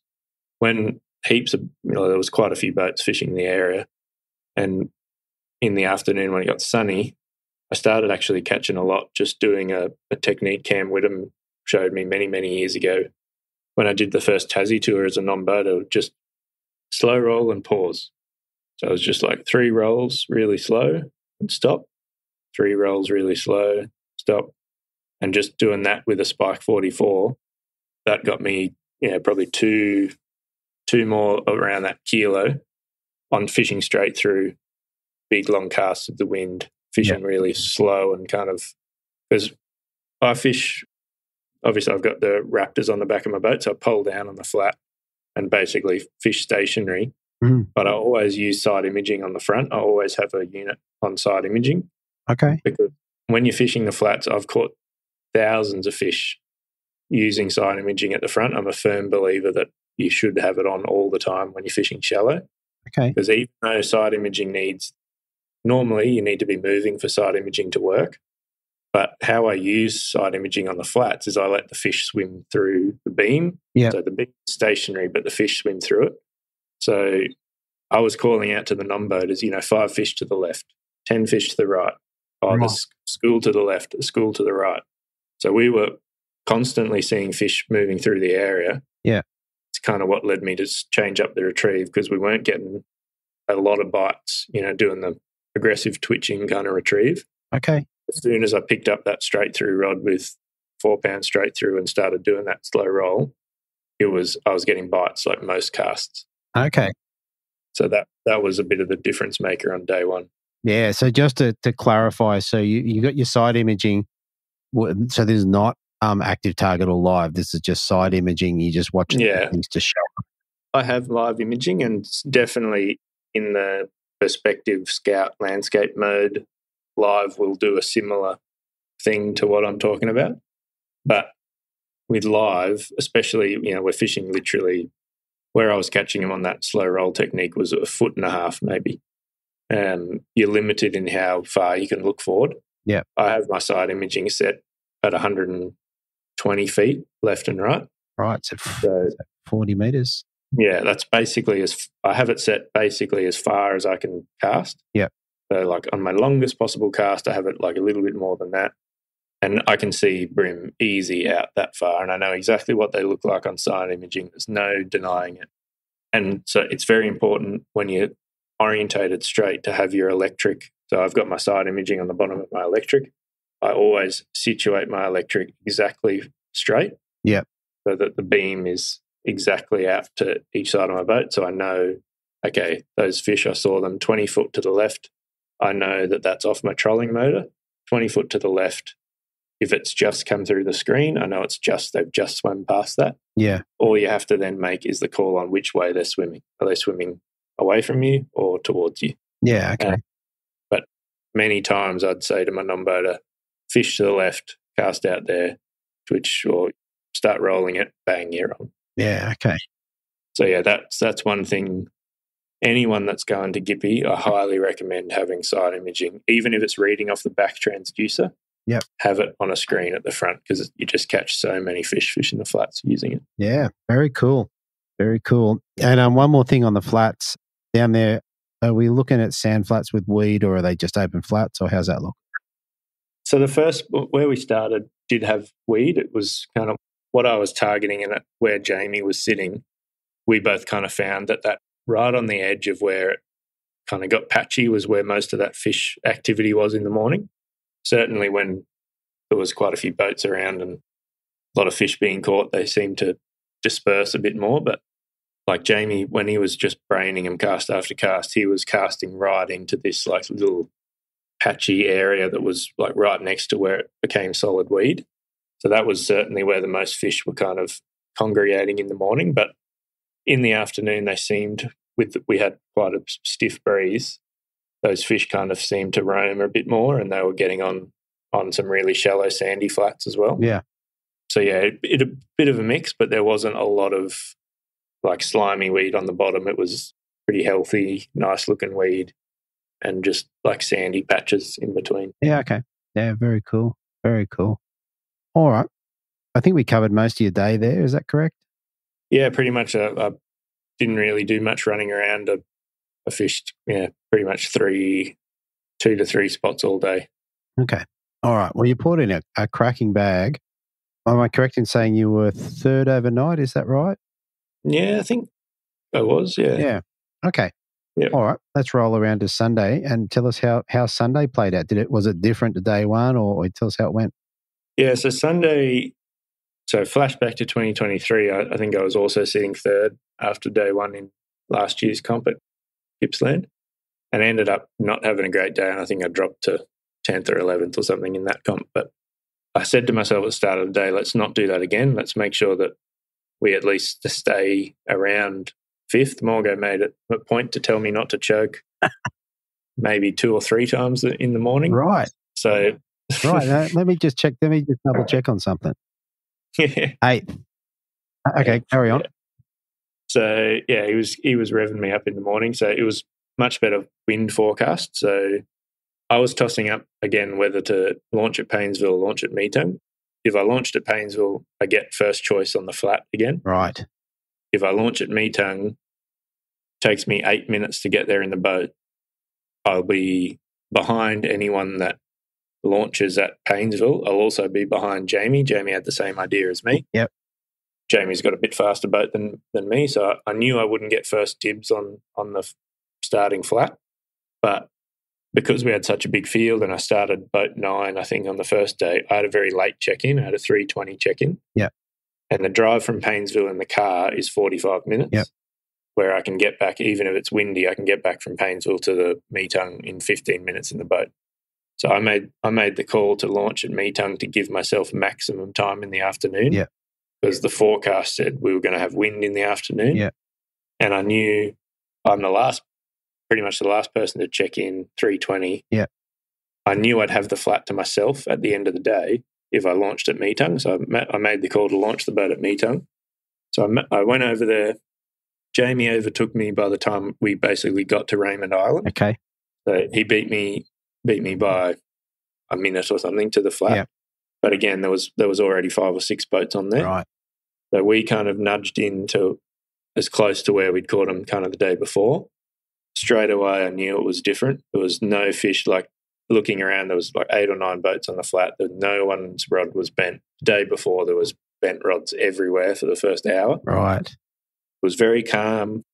I think more boats were kind of moving around more quickly. And from the day before, me and Jamie kind of both said we thought that turned them off a little bit. Yeah. So I literally only gave that spot about half an hour, because that's kind of what killed me the day before. I kind of committed to that flat for a long time and was just catching small ones. So I said, no, I'm not making the same mistake again. So I pulled up, moved to the other flat. I was fishing, again, not far away from Paynesville, just around the corner.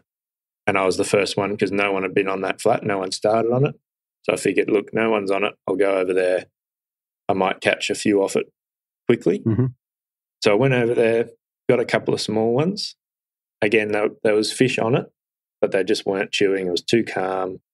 You know, fishing 18 inches of water, 2 feet of water when it's clear skies and calm is just not ideal. They're just so spooky.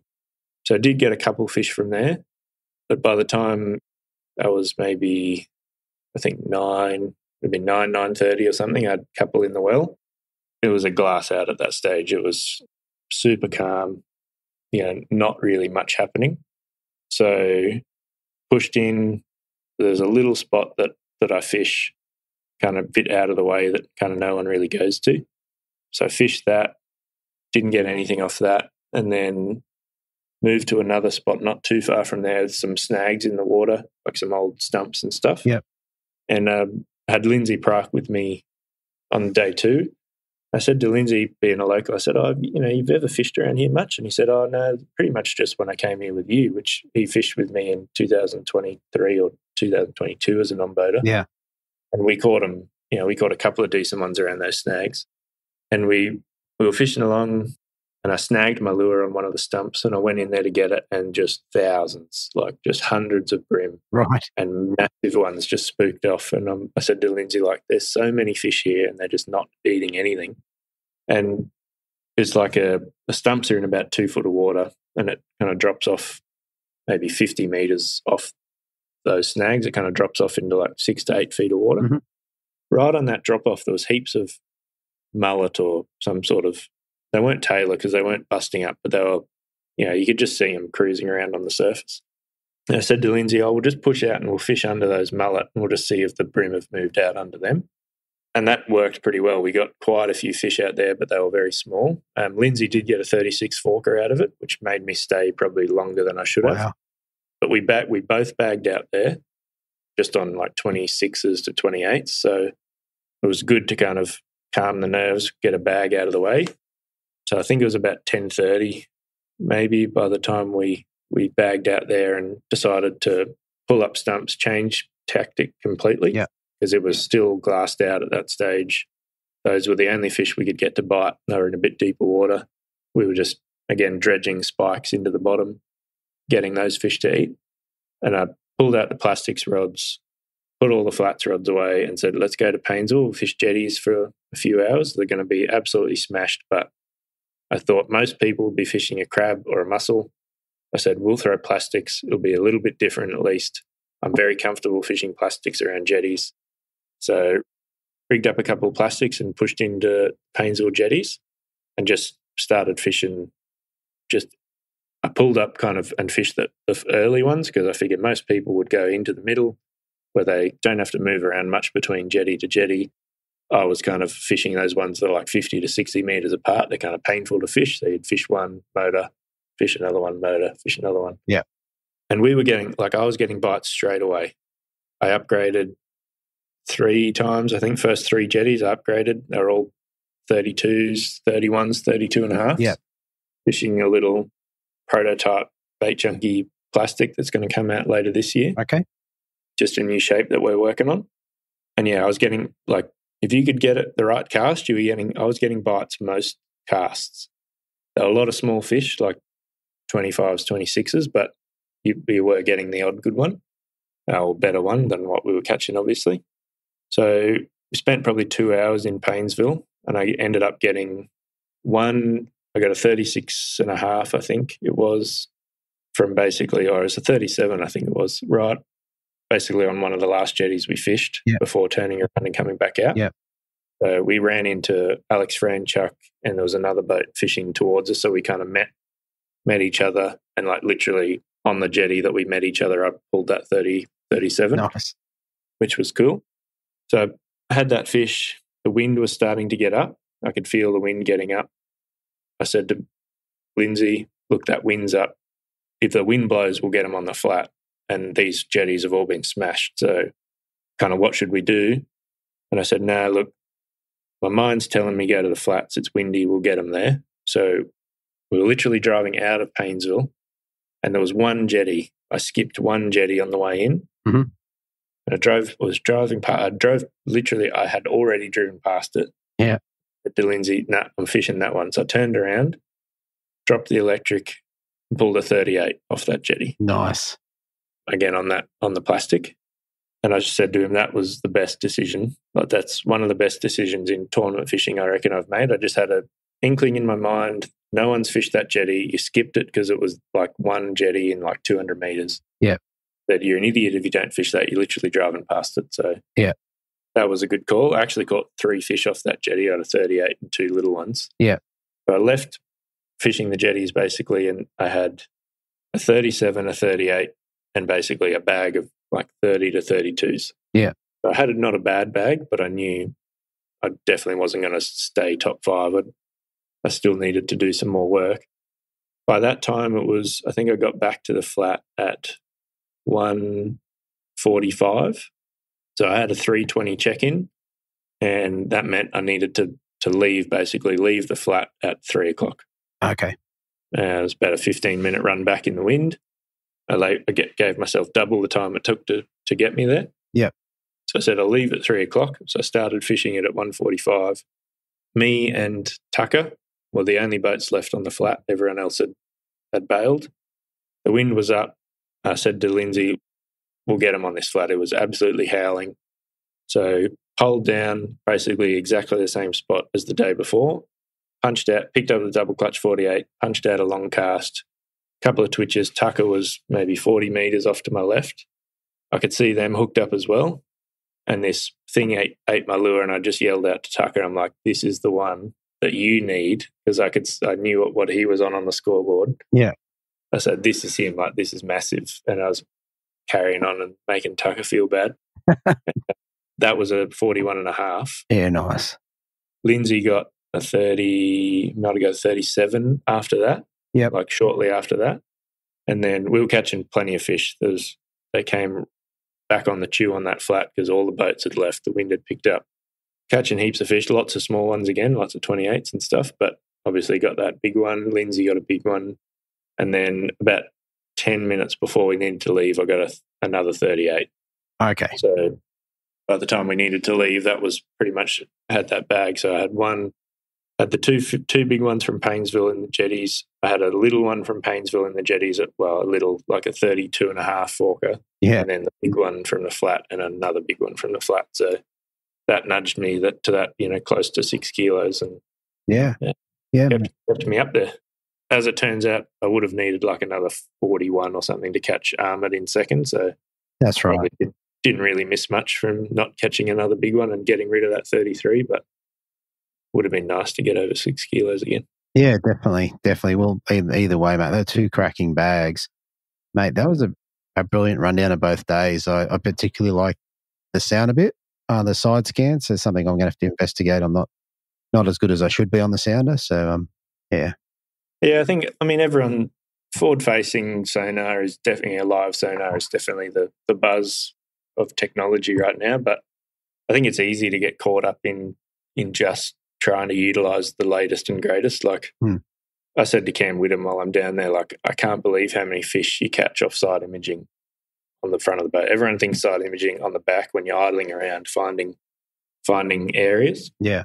But even bass at St Clair, bass in Glenbourne, like I've caught so many fish offside imaging on the front, like just working down a weed edge in the dam for bass and like jerk baiting in St Clair in the ABT comps. And you go, oh, there's a school of bass to my right. You pick up a 1/4 ounce plastic, throw it out there, sink it, a couple of lines, bang, fish. Yeah. And like that's happened so many times. It's anytime I'm changing electronics or doing anything, the first, like I've ordered a new Ultrex for the front of the boat finally to have spot lock. Yep. And I made sure that it's one that has the mega side imaging incorporated into it, because just you catch so many fish off it. Yeah, okay. So the mega side imaging, that means your hummingbird, is that right? Yeah, I run Humminbird Apex units. So I've got one Apex on the console, one Apex and one Solix on the front. So I've got 2 units on the front. Yep. I have one usually dedicated to live, and then one that pretty much runs either between side imaging or down scan, depending on where I'm fishing. If I'm fishing shallow water, I generally do side scan. If I'm fishing deep stuff, I'll go down scan. Okay. But yeah, this comp I had the Apex fully dedicated side imaging, and pretty much I was just using the other 12 for my maps to work out exactly where my trails were and where all the little hot zones were. Sure. I had it zoomed right in on charts, running the Coastmaster charts from Humminbird with the Google Earth overlay. Right. So I was just using that to pretty much make sure that I was always kind of hitting back to those key spots on the flats to make sure I was always in that right zone. Obviously, you can get pretty close when you got landmarks to triangulate off, but yeah, you know, I want to make sure that I'm right on that edge of the weed or that patchy stuff. Or there was a couple of little logs on the bottom and stuff that I found, you know, that I marked. So I want to make sure you cast to them. So yeah, very good, very good. The good thing about that is obviously the live imaging and forward facing and all that stuff is a little bit more expensive, but most people can afford a pretty decent side scan unit to go and do their thing. So yeah, 100%. I mean, you can get a pretty awesome like Helix 8-inch unit with side imaging now for not a lot of money. Yeah, and 100 like for brim. I know, like, you know, Morgo and stuff has shown what forward facing sonar can do in the open and stuff, but for the vast majority of like brimming, how we do it on the flats and stuff, I would still say I'd catch more fish off side imaging than live. Yeah. Yeah, maybe in the future, you know, you use live some more, you get to know it a bit more, you know how it works. That might change, but I'd certainly pick it side imaging over it at the moment for Gippsland and doing what we're doing down there. Yeah, very cool. Very cool. All right, mate. That's a pretty good rundown of the comp. What do you get to take home for third place? I think I won $1,250 for third, and thanks to both of the guys running Evinrude, I won the Mercury bonus first place, so it was an extra $250. So right, nice. Yeah, anytime Healy can beat me anytime he wants. I'll take the Mercury bonus. Yeah, fair enough. Fair enough. All right, very good. All right, mate. That's a great interview, and I appreciate that. Before we head off, is there anyone you want to give a shout out to? Yeah, I guess I mean, to be honest, I want to give a shout out to everyone that made the effort to come down. We had 2 record ABT fields. I was chatting to Morgo before the first takeoff, or before the briefing, I think it was at Meetung. So I think that the 2 record fields we've had in ABT in over a decade. Yeah. So we had lots of people travelling from Queensland. Heaps came from New South Wales. A lot of Victorian locals came. We had non-boaters come from WA. Just, yeah, I mean, big shout out to everyone that put the effort in to turn up. Having the first ABT I ever fished was a Clarence non-boater event, Super Series back in 2008 or 9 or something. I think I was just finished school. Yeah. And I think that was 71 boats, or just over 70 boats. And I remember sitting at the start line just going, this is crazy, like so many boats here. Mm. And to see that again in pretty much 2 comps in a row back to back was pretty awesome effort. So yeah, just thanks to all the competitors for coming down. It's a really good atmosphere at the moment. Yeah, everyone's chipping in and helping out where needed, and everyone hung around and congratulated the guys that took out Healy that took out both comps. Yeah, big guy. And so yeah, just thanks to all the competitors, obviously ABT and Nicole, Steve for running the comps, and you know all the people I travel with, Pato, Cam, Tucker, Ben Shuey. It was good to catch up with him. He was a non-boater for Meetung round. Builder Mick always came down. He's always good company. Yep. Just the guys from Dyer as well. We had obviously two tournaments. Getting the top 10 up. Morgo was talking to him saying, what'd you catch your fish on? There was so many people saying Dyer spikes, Dyer spike 44, double clutches, Sazanamis. Just had really good feedback overall from all the competitors. So yeah, just really good week. Highly recommend the Vicky Tour to anyone anyone listening, I reckon if you fish in one brim comp a year, you might as well fish 2 and come to Victoria for a week because they're the best venues we got. Exactly. And there was a couple of, I think there was maybe 5 or 6 non-boater positions that went begging, so it's an easy way in, really. Yeah, 100%. Yeah. And on that, like for non-boaters, those 2 venues would have to be the best 2 venues on the calendar for a non-boater. Sure. Like dominated by open water, either Cooter is maybe a bit more deep water edge fishing, but like just so much opportunity for non-boaters. Cooter, you can literally sit on the back and cast a blade into the middle and catch fish after fish, as many as you want. Yes, they might not be huge, but you'll always get your bag doing it. Mm. Gippsland, flats fishing, Mitchell Reef, whatever it is, like there's so much area and the fish are enormous. I'll say it, if you're only going to fish one brim event, make it the Vicky Tour and do 2 in 1. It's just such a good time. Yeah, and I reckon that's a great rundown. All right, mate. I think we'll leave it there. And, mate, I'm sure we'll talk to you again before the year's out. Fingers crossed, mate. And maybe you'll tell us about your new lure maybe next time, eh?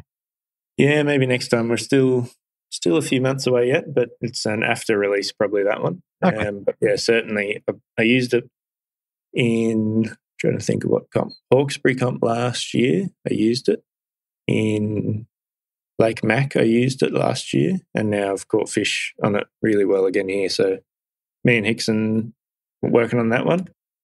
Definitely, I think we both said the first samples we got and kind of fished, we were like, geez, we got lucky with that one. We kind of nailed it with the first go. First run. So yeah, both pretty happy with that. So that'll be one of the next releases for Bait Junkie that people get to see later this year. Very good. Something to look forward to. All right, mate. Thanks again, and I'll talk to you soon. Awesome. Thanks, mate. All right. So moving into first place, we have an angler that had dropped 5 fish for 6.877 kilos on the Saturday. Backed it up with another 5 fish for 6.354 kilos, giving him a massive total of 10 fish for 13.231 kilos. I'd like to welcome back to the Brim Fishing Project, Mr. Mark Healy. Welcome, mate. Yeah, thanks, Andrew. Thanks for having me back. Mate, it was a no-brainer. You've had an absolutely stellar weekend or stellar week down there in Victoria. Yeah, it's really just starting to sink in now, actually. And when I left to go down there, and I've done multiple double headers down there before and in recent times, and didn't foresee what was going to happen by any means this time, and to come away with the results, yeah, it's pretty special. Definitely. And look, we're going to run through the 2 events, obviously, but this one was such a cracking result. Your average fish was obviously 13.2 kilos, more or less, and you won by just over a kilo, or 1.1 kilos, more or less. So, mate, absolutely amazing result. I'd have to be pumped. So, yeah, I think that Gippsland as a venue is probably far becoming one of the best brim fisheries in the country, without a doubt. Just the sheer number of fish the field caught as a whole, average size. It's just every year it's fishing better and better. And obviously there's a couple of years into the commercial ban down there, and I think there's no doubt that we're seeing the rewards from that. There's fish moving into areas that have never been, a lot of fish in those areas before. And I just think it's really good for the system. It's really good for Victorian fishing, and it's just an amazing venue. Yeah, I think you're right. And it's not the first time we've seen a 13-kilo 2-day bag out of there. I'm just wondering whether next year we'll go one stage bigger and get to that 14 kilos, or an average of 1.4. It feels like it's possible. Yeah, I think, like there's massive fish in that system, and the sky's the limit, really. It's just a matter of stringing those big bites together consecutively, and there's no doubt there'll be some records broken on that venue in years to come. I think so. And then I think the ABT Big Brim, I think it's 1.99 is their biggest. It has to be broken soon. Yeah, well, I think it got broken in this event. Did it? I didn't know that. Yeah. So I think Scott Wilson weighed a fish. I think it was like 44 and a half or 44 to the fork. You're right. Yeah, I can't remember the exact weight conversion. Obviously, it's an app-based event, so it wasn't weighed per se. Yeah, but it was certainly over 2 kilos. So a new ABT weight record in that regard. Well, there you go. Sorry, Scott, I got that absolutely wrong, mate. Cracking 44 and a half. I've not caught a fish that big before. So. All right, mate, let's get down to it. So let's start with your pre-fish, mate. Did you get a chance to get out there and have a bit of a cast before the comp? Yeah, I did. I sort of went down with the mindset that I was going to look in areas where I'd caught good fish before and had some level of success. And the last few trips that I've been down there, and early on in the piece, I used to sort of fish, Paynesville and Meetung areas and those type of things. The last few times I've been down, I've sort of ventured further into the system and fished areas around Holland's Landings, which is right up the back of the system for people that don't know where it is. It's quite a distance from the mouth of the entrance of Gippsland Lakes. So I wanted to focus on those areas and expand on what I already knew down there. And I had some success, but never been able to string 2 days together successfully down there. Yeah. Because it can be like that. It's very hit and miss. Yeah. Some days it fishes well, the next day it can be completely off and vice versa. And a lot of the time you don't know until you get there and what's happening with the tides and the wind and all that type of thing. So it's almost like it's the lone ecosystem. It's that far away. But, yeah, so I really wanted to focus on those areas. And I put in on pre-fish day down there. I drove down and put in, and one of the things I probably noticed first up was the water clarity was really dirty, and I didn't expect it to be clear by any means with the rain that the guys had over Christmas and leading into the new year. Yeah, the water was quite dirty. It was almost chocolate or muddy on the running out of the straits. So I think that in itself put a lot of people off, Andrew. Yeah, I did start in the straits themselves and didn't find that I was getting any bites or fish and that type of thing. So I ventured out and bounced around a few areas and eventually found myself up at a little creek called Tom's Creek there. Oh, yeah. And, yeah, I sort of just went up there, and what I noticed, even out in the bay, out the front of Hollands and all that type of thing, probably the first half of the lake, so the west of, I guess, southern ends of the lake was quite muddy. But this particular creek, it didn't have any sort of runoff in regards to rivers or creeks or tributaries coming into it. So it was more sort of swamp or wetlands. Yeah. Which I think in a sense sort of filters a lot of that dirty water or rain runoff water. And I did notice the further I went up the creek on pre-fish day, the better the water clarity got. And it never got crystal clear, but it sort of moved away from that muddiness into almost a tannin stained arrangement. So, right. Yeah, as soon as I got into that sort of bit sort of better water clarity, I started fishing, and it wasn't long. And I think I had 50 metres. I had a couple of 38s and been dusted up in between those fish as well. So in a short period of time, I knew that there was some good fish there. Mm. And then I moved up, and I really wanted to expand on that. Yeah. I knew there wouldn't be a lot of people going up there and fishing that just because of the way the system had presented itself. So I've sort of, just getting on working my way up. And I didn't catch a lot of fish. I probably only caught, I don't know, maybe 3 or 4 fish in there on pre-fish day, but they were all over a kilo. Right. Okay. It's a good start. Yeah, they were all monsters. And I came back late, and I caught my 5th fish on pre-fish day, not far from the boat ramp. And I'd estimate that bag to be in and around 6.5 kilos for 5 fish and only 5 bites on pre-fish day.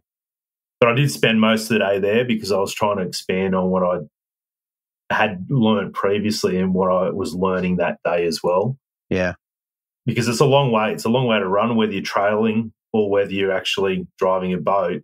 Either way, it's a fair commitment to be fishing these areas, and you can't be affording buzzing up and back. So yeah, I spent the majority of the pre-fish day there and trying to expand on what I'd learned and what I was finding. And yeah, so it was quite I wouldn't say it was a huge, it was a successful pre-fish day, but knowing that it was going to be one of those, almost a risk that you come up and you get 5 bites 5 big bites a day and you convert them, potentially get a really good bag, or you could come up and you could miss fish or easily not get those bites and go away empty-handed.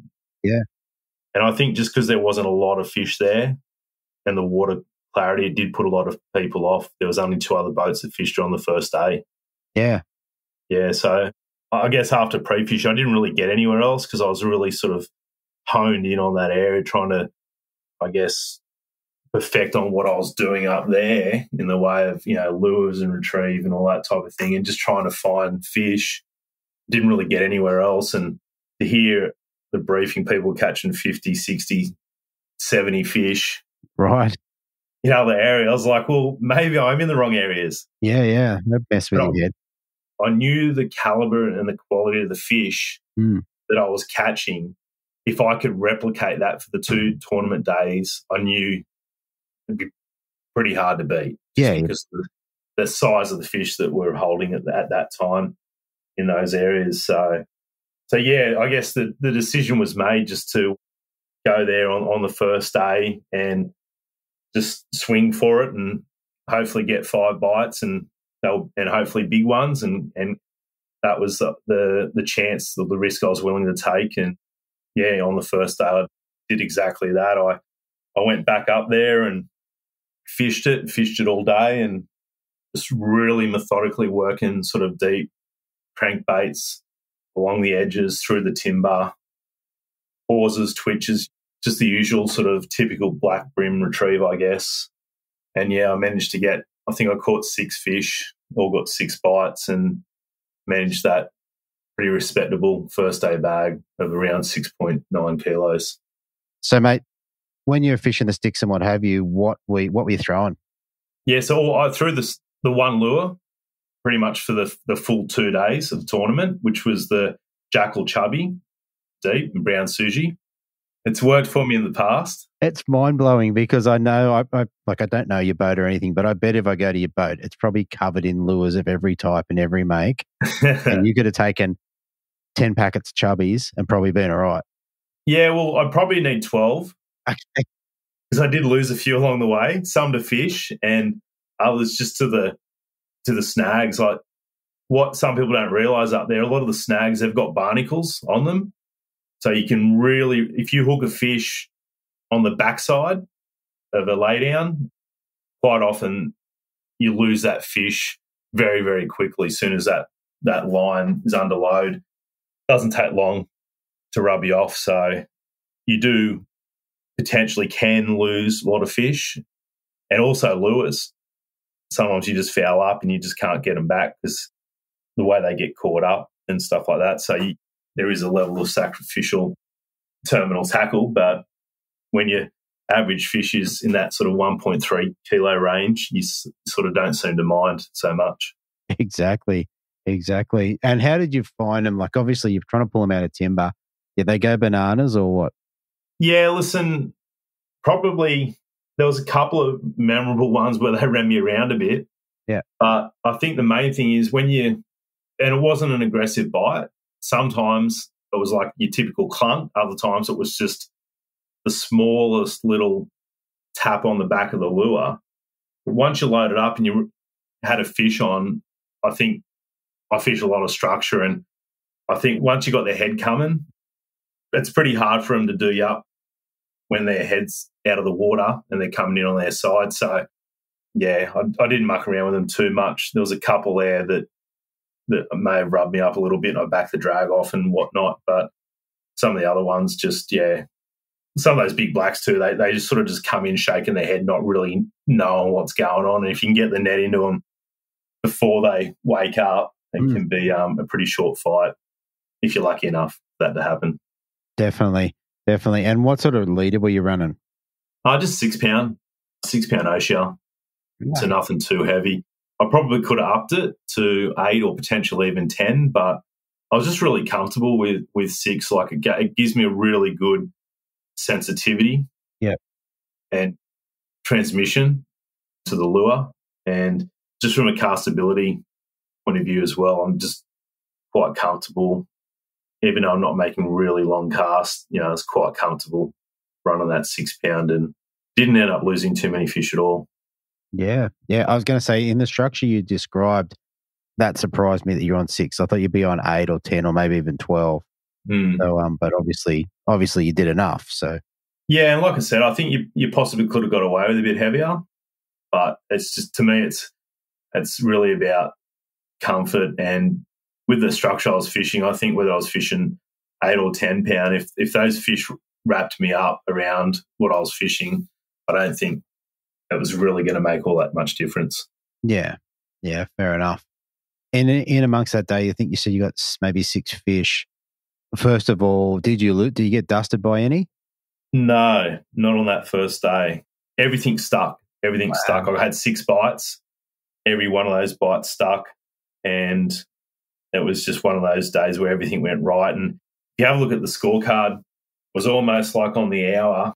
Every hour I got a bite. So yeah, it was I think 7:30 I got my first fish. And I was like, it's because I did fish quite a while and passed through that section where I caught those fish on pre-fish and empty-handed, and I was thinking, oh, geez, it might be one of those days where you just come up here and you suck ass. And that was quite possible at that stage that could have been happening, but I sort of persisted because, like I said, when you go there, you're committing more often than not. So I did that, and I think it was like 7:38 I caught my first fish that was, I can't remember all the lengths and that, but it would have been in that sort of 39 range.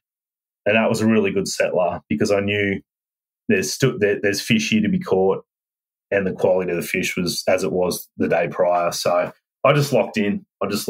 And just really methodically kept on working away different banks, just looking at the, what current there was, what wind there was, just picking the edges that I wanted, picking the eddies that I wanted, just working on those in those particular areas. And it was almost on the hour, every hour that I'd catch a fish. And I'd go for an hour thinking, well, hang on, maybe I should. I've only got 1 fish. Maybe I should move. I've only got 2 fish. Maybe I should move.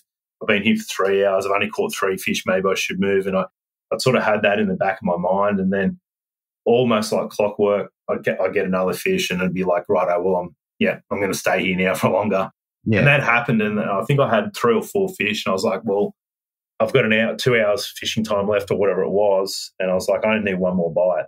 And obviously had quite a good bag at that stage for 4 fish. And when I did catch that 5 fish, that 5th fish, and I was just like, this is a pretty good bag. Like, this is going to be right up there.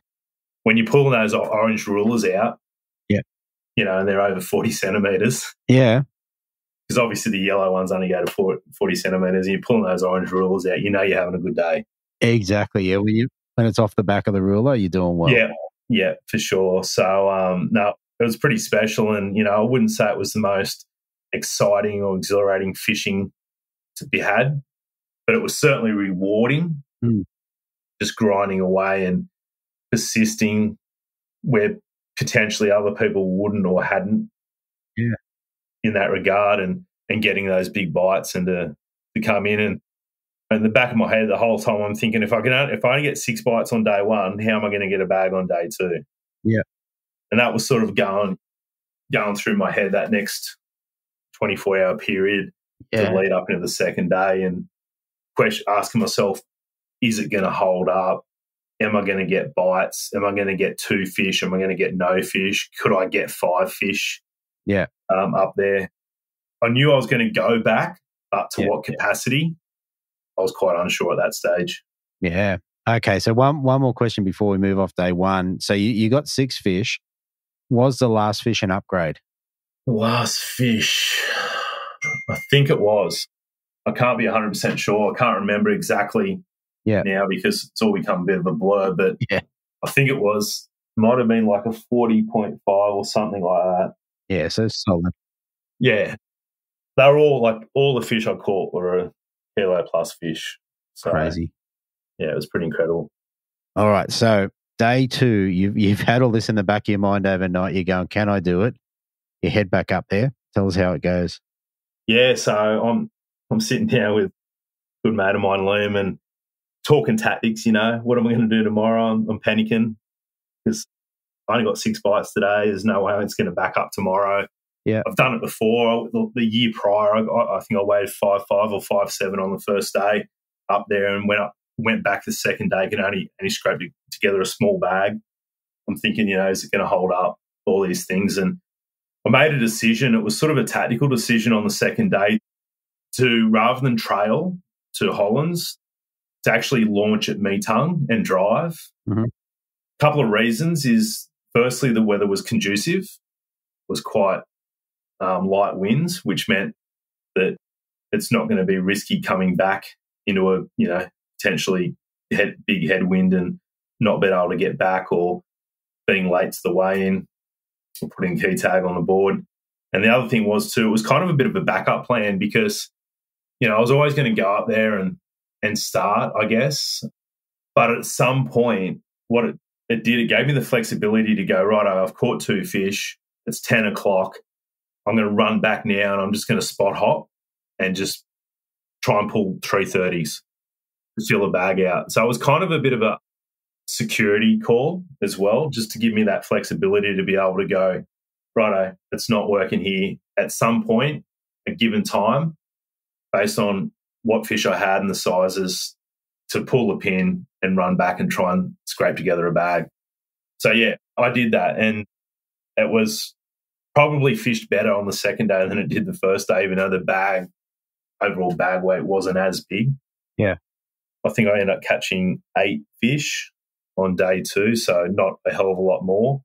But again, it was a very progressive bag fill.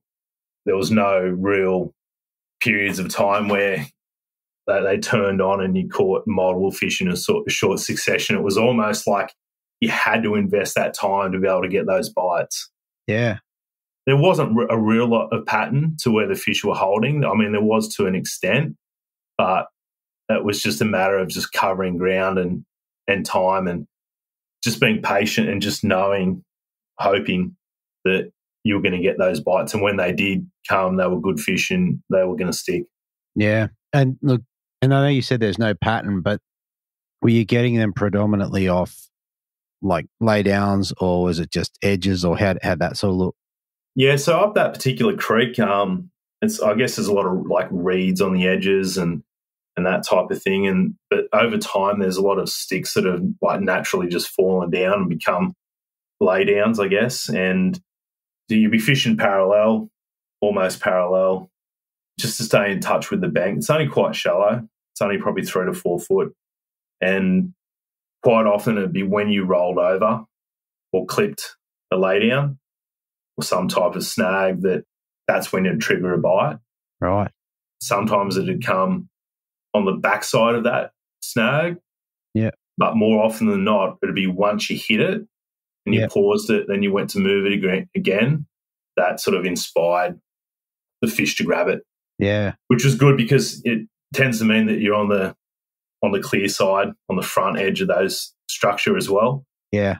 Which gives you obviously a better chance of landing the fish. So, yeah, it's just a very methodical. I do have a very particular retrieve, and I do have a very different retrieve for the blacks than I do, yellows, more of just a consistent roll, where with the blacks I do sort of offer a lot more variation with the lure. Yeah, okay.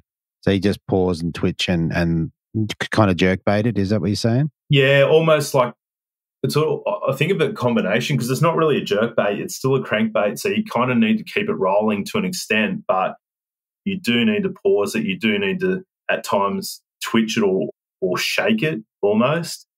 And I think just, obviously they've got the rattles in there too, the dirty water, it does draw the fish's attention, especially when it's sitting close to that structure and it crashes into it.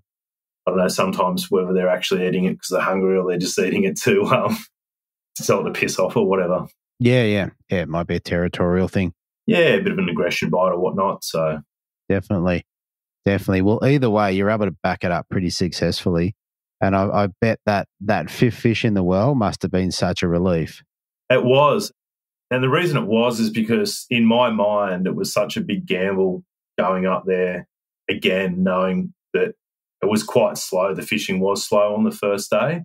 But when I went up there and I caught, it took me quite a while to catch my first fish on that second day. But once they started coming, I was like, well, I'm just not leaving. I'm just not leaving. I'm just going to keep persisting because, I'm either going to stay here and get another 6 kilos. I'm not going to leave the opportunity to get another 6 kilos bag to scrape together 4 kilos, which is going to put me down the leaderboard. So, all the way to pretty much the end of the session on day 2, it was the heart and mouth stuff because you just don't know. You don't know when you're going to get a bite. You don't know how big it's going to be. You don't know if you're going to get a bite. A lot of these places, the other guys were fishing. They would have had their bags quite early, and it's more of just like an upgrade or a progressive numbers type of tactic. Where what I was doing, I guess, was a little bit risky in the sense that if it doesn't work, you can easily come away empty-handed. But I went up there and I was happy to fall on my sword and come away empty-handed, and that's the way I fish a lot. I don't necessarily fish for bags. Yeah, I try, and you can't always do it, but I do try to fish for big bites. Yeah, and when you get those and you can string a few together, that's when you have success more often than not. Very good, very good. All right, well, mate, it certainly came together for you. So we've covered your lines and leaders. What was your rod of choice? Yeah, so I was fishing like a Zodius ultralight and a light as well. Yeah. Light, just in a little bit more open water, just cast a little bit more sensitive. But the light, obviously you can just put that much more hurt on them and turn their head and pull them out quicker and stuff. So they were the main 2 rods I was using. The Shimano, Zodius range, I use it a lot of applications, and most of my crankbaiting, especially around any form of structure, is done with those rods. I was using a combination of Twin Powers, Stratics, and Vanfords as well. So in that sort of the 2000 size in the new Stratics is awesome. It's just a really good lightweight reel. It's a finesse arrangement, but it's got a good ratio and super light. You can put it pretty much on any rod and it just fishes well. So we're really enjoying the new 2000 size in the new Stratics, and obviously the Vanfords and Twin Powers. They're just quality reels, and they never let you down. Yeah, very cool, very cool. Yeah, I wasn't aware until now that they did a Stratic in the 2000. So I know obviously the 2.5s, and I'm not sure they do 1000s anymore, but yeah, definitely nice gear. Yeah, no, they do. They've just added, I guess, and they've made the 2000 now for a while, but Shimano Australia have just started bringing them in and adding them to range, which is really good to see because for us, bream and bass and trout anglers, it's just the perfect size for what we do. It's got the lightweight of the 1000, but it's got the slightly bigger spool and capacity, and the line just comes off that little bit nicer for the 2000 as well. So, yeah. Yeah, I think that sounds pretty accurate. All right, mate, I think that's a great rundown of the days. I mean, it's interesting. What I found interesting about that is you basically ground it out with one lure, and you took the gamble and stayed when lots of people would have left, and obviously come up with the goods. So, I mean, hats off is probably what I'm saying to you. Hats off to you. Yeah, no, thanks, Andrew. And I think like what you're saying is right. And I think part of the reason I didn't leave either is on the pre-fish, I kind of, when I started getting good fish up there, I was almost invested the full day. The remainder, because I had a plan on pre-fish. I'm going to, put in a Hollands. I'm going to fish for 2 hours, and I'm going to go to Painesville. I'm going to go to Mitchell. I'm going to go to Tambo. I'm going to go all over the place, right, and catch fish everywhere. And I just saw a lot of people come and go in a relatively short period at Hollands, and I had caught a couple of good fish. It took me a while to find them, but when I found them, I was like, well, I reckon not a lot of people are going to sit here and take that gamble. Because I don't think it fished well in regards for numbers of fish at all. I just think, and it's possibly why I was able to get the fish I got is because there wasn't a lot of pressure. Like that area would not have handled 3 or 4 tournament boats. No. Only getting obviously six bites one day and 8 the next. Like you start sharing that around, and you're not getting a bag of fish. You're both going to lose. So that's right. So no, it was really good in that regard. And I think because of the pre-fishing, I didn't get to these other areas. I didn't have any confidence in leaving the area that I had caught fish on pre-fish either and going to those other areas. So it was kind of just a big investment in just sticking to that one spot and hoping I could replicate what had happened. And obviously it did for 3 days in a row. So to catch sort of those bags 3 days in a row is pretty awesome. Very good. Very good. All right. I think we're going to leave the fishing there. Mate, tell us what do you get for winning an ABT qualifier in a big field? Yes, it's $5,000. Nice. Yeah, was the payout, first place in that round, which is pretty good because it was quite a large field too. Yeah. I can't remember the exact numbers, either 60 or 70 boats, but it was, and it's great to see. It's great to see the ABT growing and the size of the field's growing, which is really good for the sport and tournament fishing in general. Absolutely. That's really good. But certainly 5K certainly went a long way into covering the fuel and the entry fees and the tackle and all the bits and pieces that goes towards getting there and fishing these events. Yeah. And one more thing, it was obviously an ABT qualifier, so that obviously goes a long way as well. Yeah. So it was really good. I think that was the third consecutive qualifier that I'd won.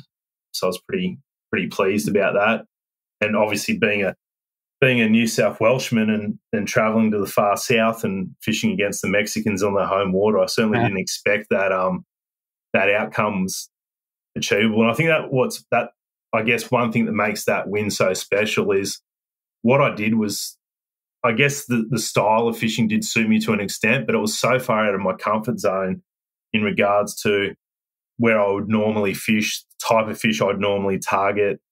It was something that I had been working on for a few years down there, and I never really pieced it all together. It's just so rewarding on this particular event that it all came together and I was able to do something that was not typical of the way I fish back home, but still come away with a win. Yeah, and look, a very good win. You could have dropped a kilo fish and you still would have won. So pretty convincing win. All right, mate. I reckon that's fantastic. That's a great rundown.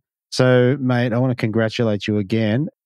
And hopefully, well, not hopefully, I'm sure we're going to talk to you very, very soon. Thanks, Andrew. Thanks for having me. No worries.